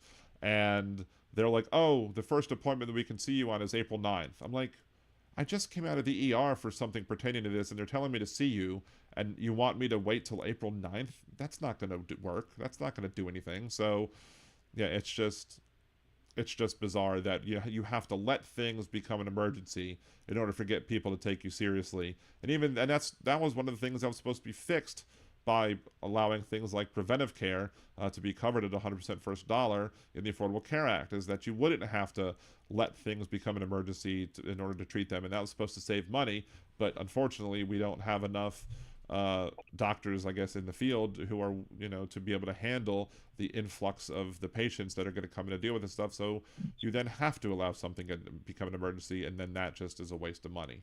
So I don't know if it's just me, but I got the feeling like they didn't want to deal with it because they were afraid they weren't going to get paid down the road. I mean, they sent my mom to one hospital. She was there for a week. Then they sent her home, and we got the rehab lady came in like the very next day, and she got my mom up and had her walk, and my mom passed out. right. And luckily the lady caught her, and so they took her to the emergency room, and she was in another hospital for a week and a half. Then they sent her home again, and gave her 2 weeks for rehab. My Right. brother quit his job to take care of her because they wouldn't send her to a rehab center. Right. That's terrible. And like, is it like you said United Healthcare, but is it like United Healthcare like via Medicaid, or is it like a private plan or Medicare? Well, she's a retired teacher, Okay. and she has United Healthcare Right. as her, and then I suppose Medicare. I don't know. I don't understand it. Because it could be just the United Healthcare, like maybe United is doing like a Medicare Advantage type plan where it's they take the Medicare money and then they add some benefits onto it. But of course, it's United. I even have a problem calling it healthcare because do they really care? I mean, we all saw what happened to their CEO, right? So Luigi Mangione, had to strike out I'm against on them. Iowa Total Care is what they call it, and I call it Iowa Totally Doesn't Care. Makes sense. Because it's so horrible. Yeah, I mean, and that's what happens. You put these private insurers in charge of what's supposed to be a public benefit and a public good, and all they're going to do is try and suck as much money and profit out of it as possible in order for them to be able to, make their money. And then they're going to do that. If they can't do it by charging more, they're going to do it by cutting benefits, by cutting services, by fighting tooth and nail to get everything that they can cut to get not covered, so they can keep more of your money. So that's one of the problems with our private healthcare industry and why it needs to go away. So at least the health insurance industry. Iowa privatized Medicaid about, 7 or 8 years ago, and I have totally seen a difference in the care that you can receive under that. Yeah. The Iowa doesn't care. Now, I mean, when we had Medicaid, when we were thrown on Medicaid during the pandemic because I wasn't working, because I lost my job, that was, I had a choice. We could have gone through United Healthcare or some other things, but we ended up going through Blue Cross, and they seemed to be okay when it came to certain things, but but I think Blue Cross has been better than some other things. Like United has absolutely, had horrible records on, denying needed care and, when they should have actually given the care, stuff like that, which is why Luigi Mangione acted like he did. So, see, Steven Sayers, the Trump administration is starting a genocide against older Americans with the wrecking of Medicaid. Yeah, with wrecking Medicaid, with wrecking of, I'm sure Medicare will also be wrecked. And the problem is that you have, again, they are going to just, keep nickel and diming people and stopping paying what there is. And as Trump said during the pandemic, he was wrong about why he said it, but one of the things he said during the pandemic is the cure can't be worse than the problem. So if the cure is going to end up killing more people than the problem, then you have to find a different cure or not solve the problem, because but to them the problem is more poor people living, taking more money away from the rich owners of insurance companies who would rather have that money go to them instead of their patients. So Well, I just wanted to get a bunch of stuff off my chest. Well, and you're more than welcome to do so whenever you want, P-Dubs. Appreciate you as always. Good talking to you, Dan. You as nice well. To see you. Thank you so much, and you hang in there and have a good rest of your night. All right. You too. Thank you so much, and everyone. That was that was P-Dubs. Again, if you want to call in, 562-542 3261, 562-LibDan1 if you want to join the conversation. Let's see, Roxanne, I'm just waiting for Medicare to stop paying for stuff. And that was a good point that P-Dubs made, actually, was maybe the reason why they only want to allow a certain amount of things is maybe they're afraid that if they're getting a federally backed program paying for the goods and services, and then they bill that federally backed program for the goods and services provided to their patients, and Musk under Doge decides that he's not going to pay it, or that they're going to close the payment portals, that they're going to make it impossible for people to collect on their debts, then they're not going to want to, give the services in the first place, because why would they want to give the services, especially if it's not an emergency? Why would they want to give the services and then not get paid? Because they're not going to want to do that, and so that's just going to make people less likely to be able to give the needed care that they would want to give, or they would have to give. They should be required to give. But Trump is more worried about slashing things with a machete instead of a scalpel. Musk is more worried about making cuts for the sake of making cuts, over determining whether or not the cuts that are being made are going to be more harmful if cut. So that's one of the things we have to deal with, is this ridiculousness that is Doge and Musk and the Trump administration, is that we have to continuously stand up to them and make sure that the people who are going to be hurt the most by his policies get hurt less than they normally would. See, Arizona Sunflowers. Dan makes me feel so comfortable, safe, and cozy. I love the way I feel here, but can't always get here because of dinner time. We appreciate you coming, Arizona, and I'm glad that you feel safe here.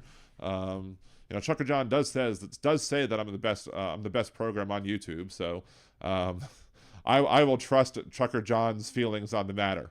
So I need to have him do a commercial for me. Trucker John says Liberal Dan Radio is the best show on YouTube.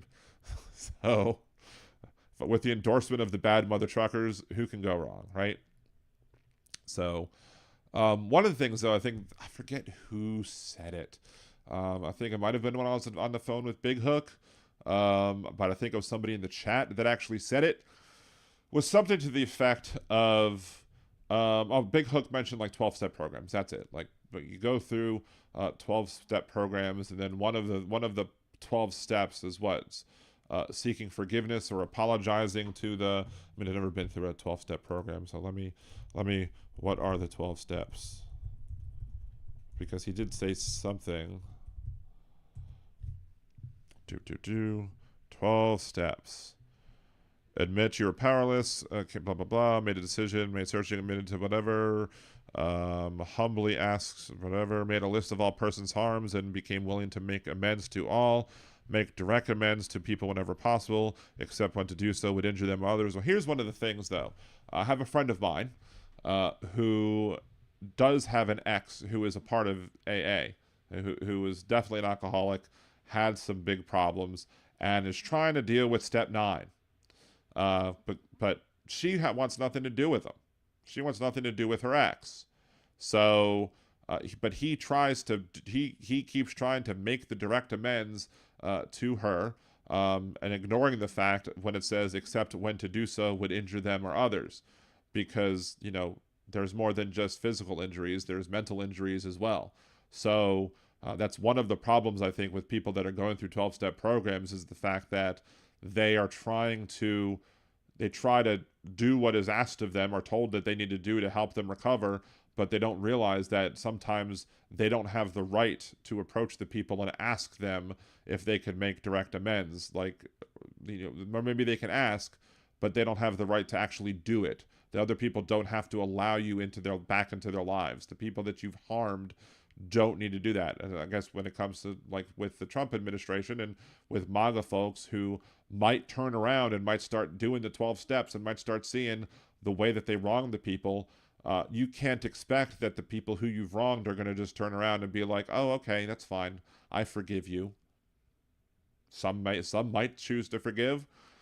Others might not be capable of forgiving, because forgiving them is just a step too far. Forgiving them is basically going to, it's just not something that's in their wheelhouse because maybe what was done can't be forgiven, or maybe what was done is going to cause too much strain and stress on the person. So the idea that we should expect all people who are going through the 12 steps process to actually, make all the amends that maybe they should is unrealistic, because some people just don't want to hear.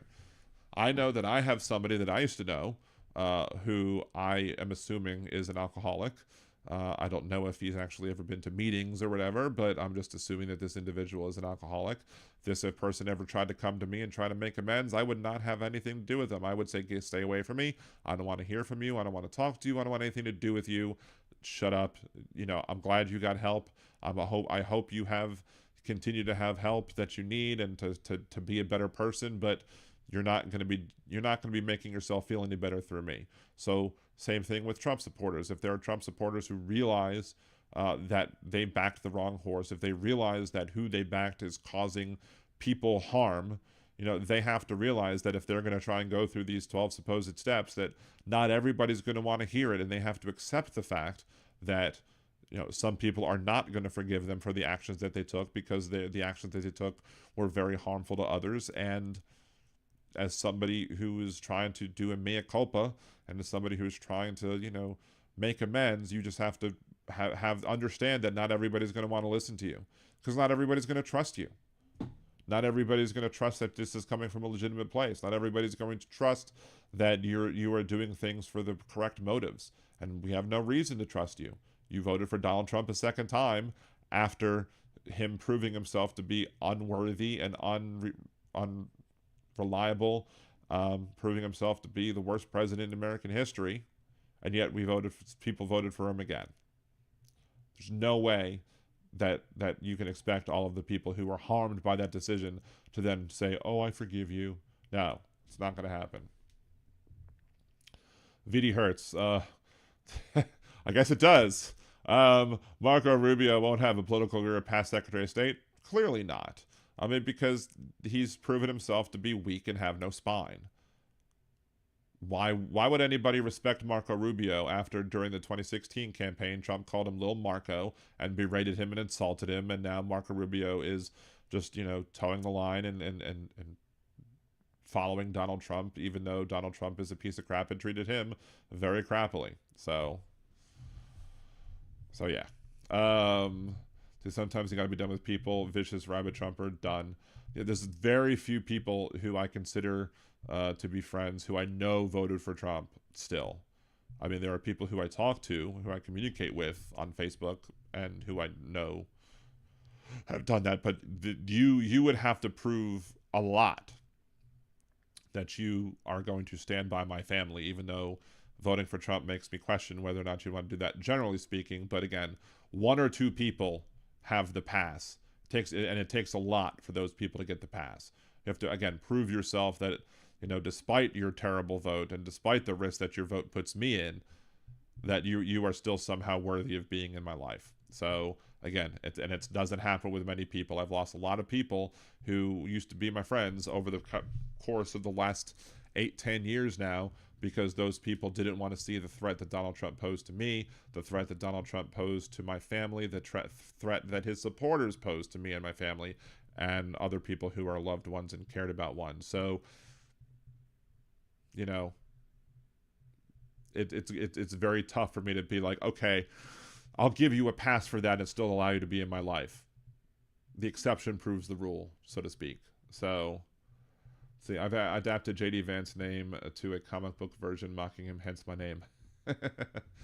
I like it, but I also like the fact that if you have VD, you may very well hurt. So, fortunately, I never had to deal with that.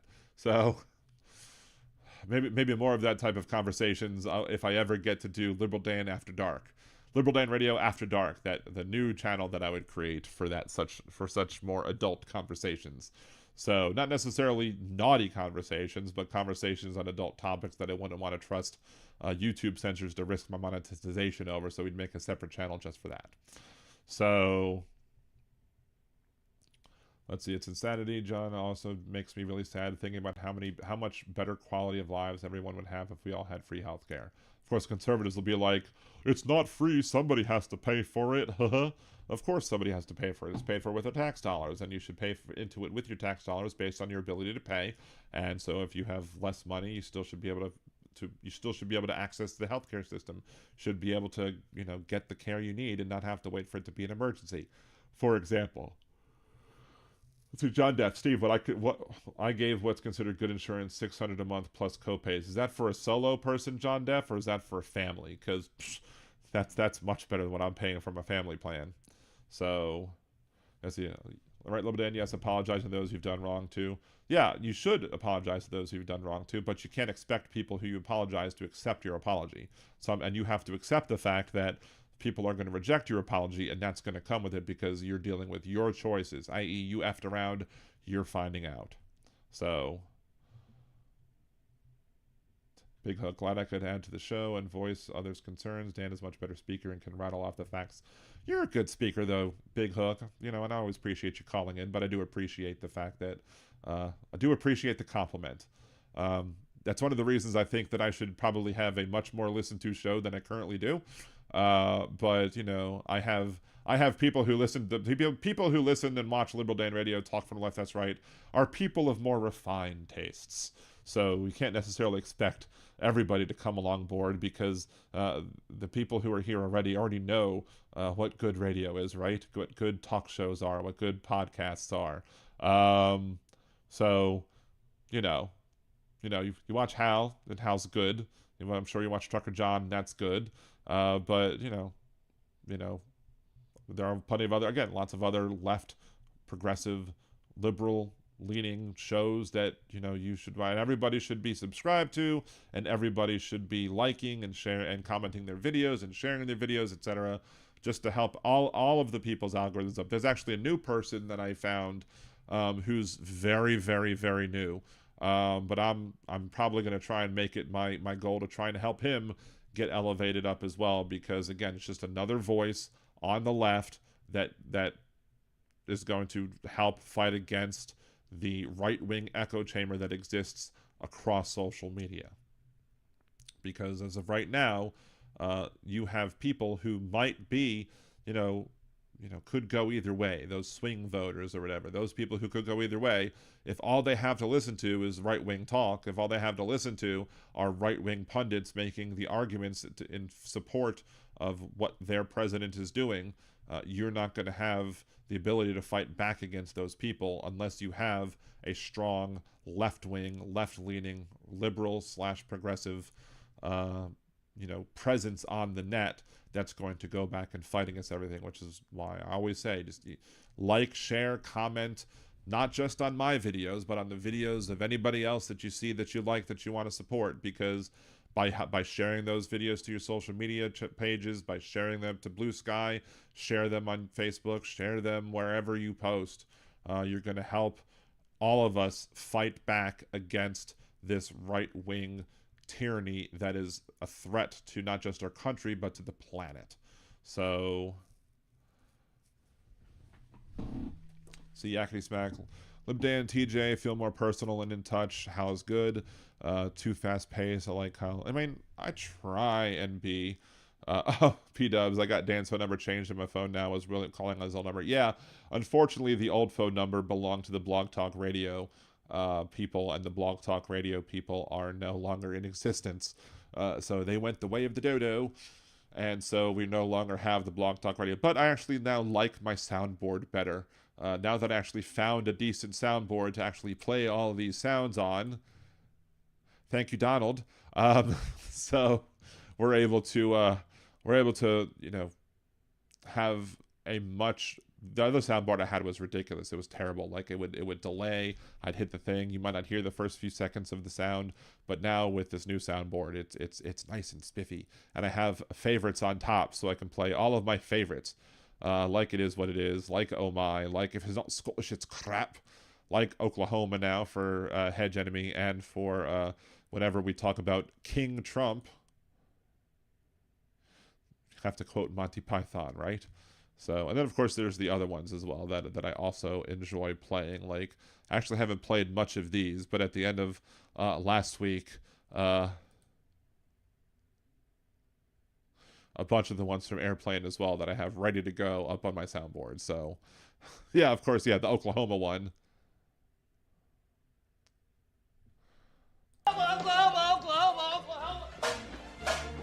And of course, It is what it is. I had muted myself because I muted at least the desktop audio because I didn't want to hear if anybody's calling in. You ought to hear that. So I'm still getting used to the whole flipping back and forth thing. That's the only problem with trying to utilize different systems that are all hooking to the desktop audio. Maybe I'll figure that out at some point where whatever's coming from the soundboard will only go from the soundboard to there and not be considered to be desktop audio. I think I need something called virtual audio cables to get that done. I can't afford to spend money on that sort of thing right now, so I'll just have to make do with what more primitive means of connecting things around my laptop, which means unmuting and muting. And remember to unmute whenever I want to play a sound. So... see, my son is looking at houses in Italy. He's getting citizenship, and I'm eligible too. That's pretty awesome. I was looking into some of my friends. One of my friends and her husband, I think they live in Arizona now, but I'm friends with her in high school, and we're friends on Facebook. They are looking into, I guess, a move to Canada, and if you do enough of it, there's like a calculation that you can get done and determine whether or not you're eligible to get expedited citizenship or expedited processing into the country of Canada so you can eventually become Canadian citizens. I don't know if I put my information in wrongly or not, or incorrectly or not, but apparently I'm not eligible for the expedited citizenship or whatever, so I can't necessarily flee to Canada at this point anyway. I don't know where I would flee, so, you might just have to go visit and then just stay, right? And then hope to not be deported. Ask for asylum at the port of entry in Canada when you get there. So, see, someone explained to me why it costs too much to make a penny, but then we can put Trump's ugly mug on a $250 bill that no one will ever need or use. It's a good question. I mean, it does. It may. And here's the thing that people I don't think are necessarily considering when they talk about. Like, maybe it costs, 2 or 3 cents to make a penny, which seems kind of silly. But the penny, any change that is purchased or that is used or that is obtained or what have you, as when you get change back, you make that penny change and then you use that penny somewhere else. You have exact change. Okay, here's my exact change. Here's the change. Here's the penny. And then the penny gets used again. And the penny gets used again. And the it just keeps getting used over and over and over again. So while it might cost two or 3 cents to make the coin, that coin is going to be spent many, many, many, many, many times over to justify the expenditure to make the 1 penny. So that's like what's silly about the whole get rid of the penny idea. That being said, the making a $250 bill just to put a living president on the $250 bill is absurd.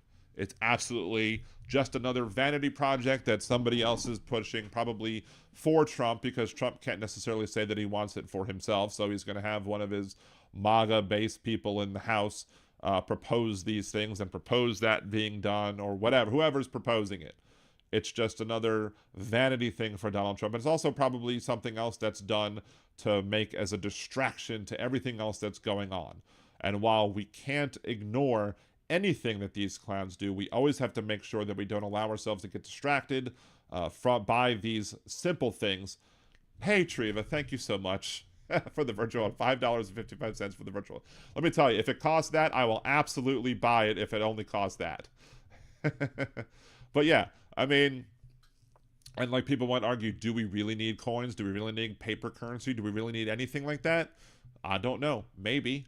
I mean, it might be better to have a $1 coin or a $2 coin like the Canadians have with their loonies and their toonies. But I love the toonies. The toonies are awesome. That being said, we have the ability to spend virtual money all the time. Either you use your debit card, your credit card, what have you, PayPal, Venmo, all the other ways that you can support people and pay people without having to give them, the actual change, the actual dollars and cents. And many times you want to pay with something else because you want to have a proof that you paid it. So you're either paying with a check, or you're paying with electronically, or you're doing something that's going to generate an electronic paper trail, so to speak, to get you the proof that you've paid these things and these things got done.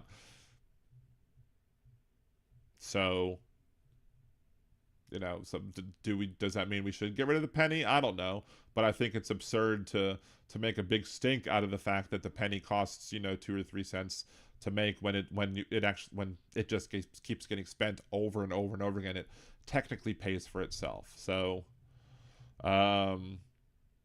see, Vicky, an upside penny, good luck. Upside down penny is cash. Maybe. See, Steve, I have a little Scottish in me, but more Irish than anything. Well, Oh, look at that. P-Dubs gifted memberships, and Kimchi got one. Trucker John got one. So thank you, P-Dubs, for the 5 gifted Liberal Dan memberships. 5 new Liberal Danimals because of that. And it's great to see that Trucker John was one of them on there because I love the Trucker John show. So I try and go on there as much as possible. But, again, sometimes I just can't do that. And, It is what it is. And again, I had it on mute, so... It's not Scottish, it's crap! For the Scottish comment. Of course, there's the other comment of you have a little bit of Scottish in you, and if Steve wanted to be funny, he'd be like, do you want some more? Oh my. Sorry. Anyway, phone number still 562 libdan1 562-542-3261 if you do want to join in the conversations. Let's see. I don't think gifted memberships cross countries any longer. That sucks. See, Kimchi OG. Yeah, Kimchi still shows up with Kimchi's old account or whatever. The goddess Kimchi. So, but that's very weird that it wouldn't allow people or memberships to cross country lines. So maybe because it's used, I guess if you buy it with American money, you have to spend American whatever to get there. I don't know. But again, thank you again, P-Dubs, for that and for calling it. And you can call in as well. Again, 562-542-3261, 562-LibDan1. Let's see, John Deff. Steve, this immigrant hate my father and grandfather face. We're going backwards. We are absolutely going backwards. We are going to... Wonder Mom says, too little, too late. I missed about what you said, too little, too late about 4. Sorry. So... let's see. I used to get them all the time. Not since last year. I guess it gifted memberships is what you used to get all the time. Yeah, I got one for what is it? Is it the one that feuds with Stuttering John? I think that is it Shuli's or whatever. I guess I subscribed to the channel and I randomly happened to get one of their gifted memberships. So I'm still technically a subscriber or a member of that channel as well. But usually I don't. I think I've gotten one other one, but I haven't gotten too many of them. So, but I mean, a lot of the shows that I watch tend to have more viewers than I do. So the odds of me getting that free membership is slim to none. Plus, there's the ones that I pay for that I'm never going to get a free membership on because I'm already paid. So there you go. Anyway, let's just see. Well, let's get back to what we were talking about as we're waiting for phone calls. Again, 562-LibDan1. Pete Hegseth announced that another round of active duty troops will head to the U.S.-Mexico border. We are dead serious about 100% operational control of the southern border. Hegseth wrote in a social media post. Trump aims to carry out a campaign promise of enacting mass deportations. He's directed the Department of Defense to become involved in immigration policy, such as the use of military planes to deport immigrants. Executive order signed on the first day declared a national emergency at the southern border, and he sent 1,500 troops to the border.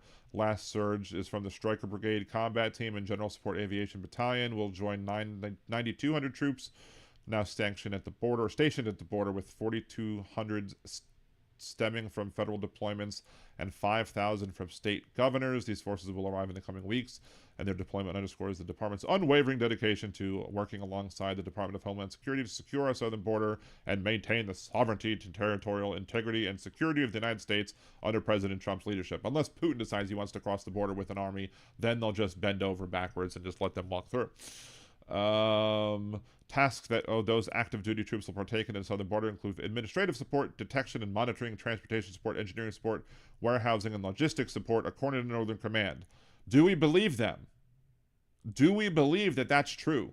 Do we believe that that's all of these active duty troops are doing? So are they going to be unarmed when they're doing these tasks that have nothing to do with, acting, militarily on U.S. soil? Because there is the Posse Comitatus Act, which is a federal law passed in 1878 by Rutherford B. Hayes that limits the power of the federal government to use federal military personnel to enforce domestic policies within the United States. Congress passed an act as an amendment to the appropriation bill.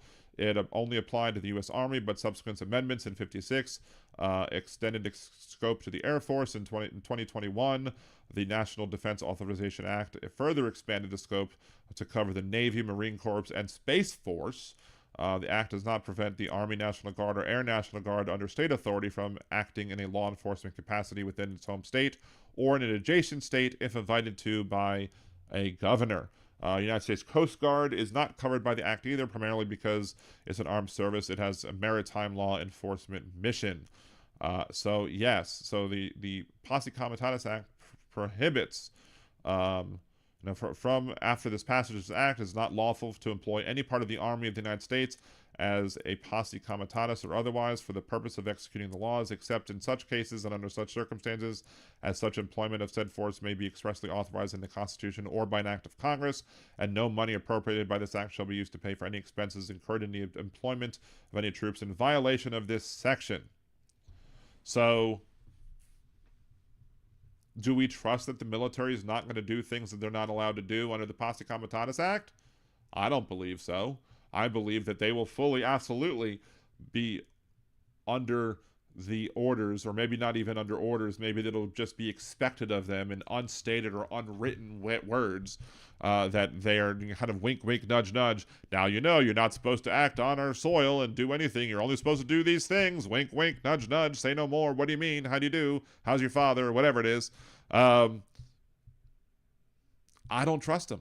I think that you will see military folks taking active actions and active steps to enforce federal law when it comes to the border, and they don't have the authority or the ability to do so under the Posse Comitatus Act. And guess what? Trump's not going to care, and then he's not going to listen to courts that tell him to stop. He'll only listen to the Supreme Court. The Supreme Court will probably find some way to either make the Posse Comitatus Act unconstitutional or to make it so that whatever actions they do are not a violation of the Posse Comitatus Act. Or they'll just basically say, well, we don't believe that you should be doing this, and then Trump will continue to do it anyway because he doesn't care, because he doesn't believe in two co-equal branches of government alongside of the executive branch. He believes that he is a dictator from day one. And dictators on day one don't listen to the courts. Dictators don't listen to the legislature. Dictators listen to themselves. So AOC is single-handedly saving all the immigrants. Right. I mean, I love how they pick on AOC when she's like, there's nothing wrong with me actually explaining to the people what their rights are. What are your rights? These are your rights if you're approached by La Migra. These are your points if you are approached by any sort of people trying to claim to be border security or trying to ask for your papers or what have you. So, of course, yeah, P-dubs, I don't trust the admin to do anything legal. They are rogue. Yep, pretty much. And again, that's one of the things. Like, the people will talk about, why don't liberals support Doge? Don't they want to get rid of fraud, waste, and abuse? Well, yeah, absolutely. We want to get rid of the fraud. We tried to stop the fraud from getting elected into office, but y'all voted for him anyway. And he's a waste of space, and he's an abuser. So if you want to get rid of fraud, waste, and abuse, the first thing to do is to make sure that we never elected Trump in the first place, but that's too late. That ship has sailed. So other means of removing him from office, like impeachment, are on the table. But of course, it's not on the table because we all know that the Speaker of the House, Speaker Johnson, will not allow that to happen because he values his political career, and he's not going to stand up to Donald Trump, because if he does, he'll face what Bill Cassidy is facing right now, which is a primary challenger in the state of Louisiana, and he is the person who is going to be representing Louisiana in the Senate after next year will most likely be somebody who is even more conservative than the ultra-conservative Bill Cassidy. And the reason they don't like it is because Bill Cassidy actually voted to convict Donald Trump on the second articles of impeachment. And the Republicans in the state will never forgive him. They probably won't forgive him even if Donald Trump comes out and says, I support Bill Cassidy. So... let's see, John Deff. I watched a movie years ago, no idea the name. At the end of the pregnant woman reaches a U.S. base in a war-torn country and is told your kid's American now. I was amazed that happened. I do remember that movie, but I also don't remember what the movie's called. Yes, Vicky, yes, he absolutely depends on the poorly educated. And as I made a tag group on Facebook. I love tag groups. It's one of my little guilty pleasures, is using tag groups, creating tag groups, etc. One of my tag groups has like 11,000 people in it, and I can't get none of them to subscribe to this channel. But one of the tag groups is basically is Trump, or Donald Trump did say that he loved the poorly educated. And then I'll add in, whatever other words, like after the Nevada primary in 2016, Donald Trump did say that he loved the poorly educated, because that's what dictators need, the poorly educated, the people, the rubes, to believe anything it is that he wants them to believe, because ultimately Donald Trump is simply a snake oil salesman who is going to sell us all the snake oil possible. So, So let's see. So yeah, again, I don't believe that this deployment is going to be legit. Like Pete Hegseth, we are dead serious about. Let's see, what is the Department of Defense post? Oh, there's a DoD statement on the deployment of Stryker Brigade. From the Department of Defense Chief Spokesman Sean Parnell, as directed by President Trump, Secretary of Defense Pete Hegseth has ordered the deployment of Stryker Brigade, blah, blah, blah, blah, blah, blah. These forces will arrive in coming weeks, and the deployment underscores the department's unwavering dedication to working alongside the Department of Homeland Security to secure our southern border and maintain the sovereignty, territorial integrity, and security of the United States under President Trump's leadership. Bullshit! Anyway, so, yeah.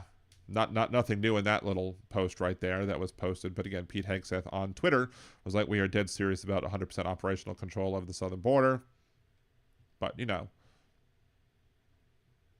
if a state decided that it didn't want you to do those actions, then what you going to do? Right? Are you going to have an issue if they actually go to the California border? Or are you just going to stay in Texas? Who knows? Who knows what they're going to do? I'm going to go ahead and just turn off the calls, because I'm about ready to end the show. Anyway, but we're just kind of wrapping things up as of right now. Let's see, did I forget anything that I wanted to talk about? Classified documents, Pete Rose, wrestling fans, the neo-Nazi group plots as whatever. We talked about that. Again, talked about Andrew Tate, etc. Andrew Tate, as some people want to call him. So yeah, we pretty much covered all the topics I wanted to cover today, and I was concerned that I was going to be able to fill at least 2 hours. I do probably have to go simply because of the fact that I think it's about time for me to help my wife with her insulin injections and testing and all that stuff. And while she's more than capable of doing everything by herself of those types of things, I think she does prefer me to help out with those things as well, just to make sure we get it done right. So let me go ahead and take care of my beautiful wife. And there is a possibility, thank you, Jolie, for sharing the GoFundMe. There is a possibility that I might be live here tomorrow before I go on live on nerdydan.com. Because for anybody who's watching on either of the channels who've not heard it yet, I'm not just Liberal Dan Radio here on Twitch and Twitter and Facebook and whatever, Blue Sky. I also have the account Liberal Dan Radio. nerdydan.com. It's spelled out DOTCOM. If you go to the website, nerdydan.com, it has links to all my socials on there. I usually stream to Twitch on my other channel on that day, simply because of the fact that, It's Tuesdays, tend to be a good day for that. But Donald Trump is addressing a joint session of Congress. If I am available to do that, I will come along. I have plans for a good part of the day tomorrow.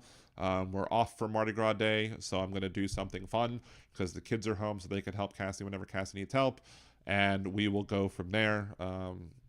But I don't know if I'll be home in time. If I am home in time, we will do a reaction video, live reaction to Donald Trump and his whatever he wants to say, to all the bullshit he's going to spew to Congress in the joint session, and before going on to doing the Nerdy Dan stream as well. But Nerdy Dan on Twitch, thenerdydan.com on Twitch. Let me just do one more thing real quick before, if I need to check this one thing to see if I'm correct. Because, let's see, this is blah, blah, blah. Let's turn this down. I'm still technically subscribed, so I can't resubscribe with my Amazon Prime account to myself yet. But, it'll happen at some point.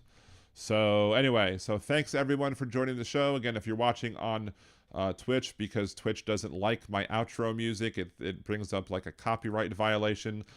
Twitch will be a hard. Maybe what we'll do is we will play Hypocrite of the Week one more time as we're going out, and then once Hypocrite of the Week ends, that is when the Twitch stream will end. Of course, we'll have the other outro music on YouTube. So maybe tomorrow, if not tomorrow, Wednesday night, 8 p.m. Central, Wednesday night.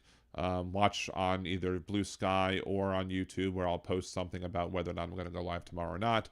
But until then, thank y'all very much. Appreciate y'all. Peace.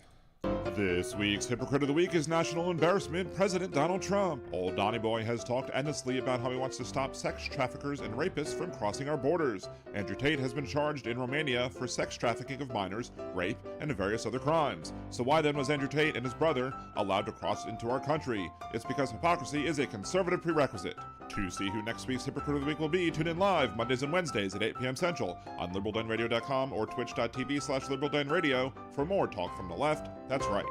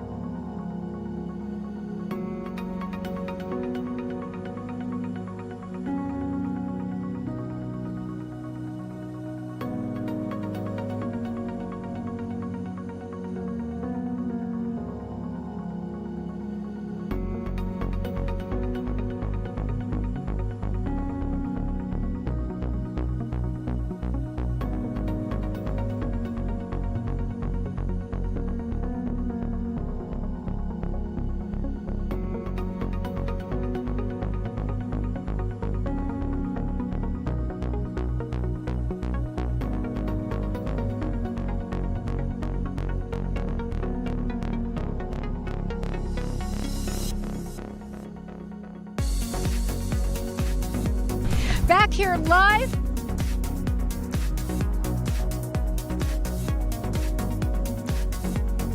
Thing. I like turtles.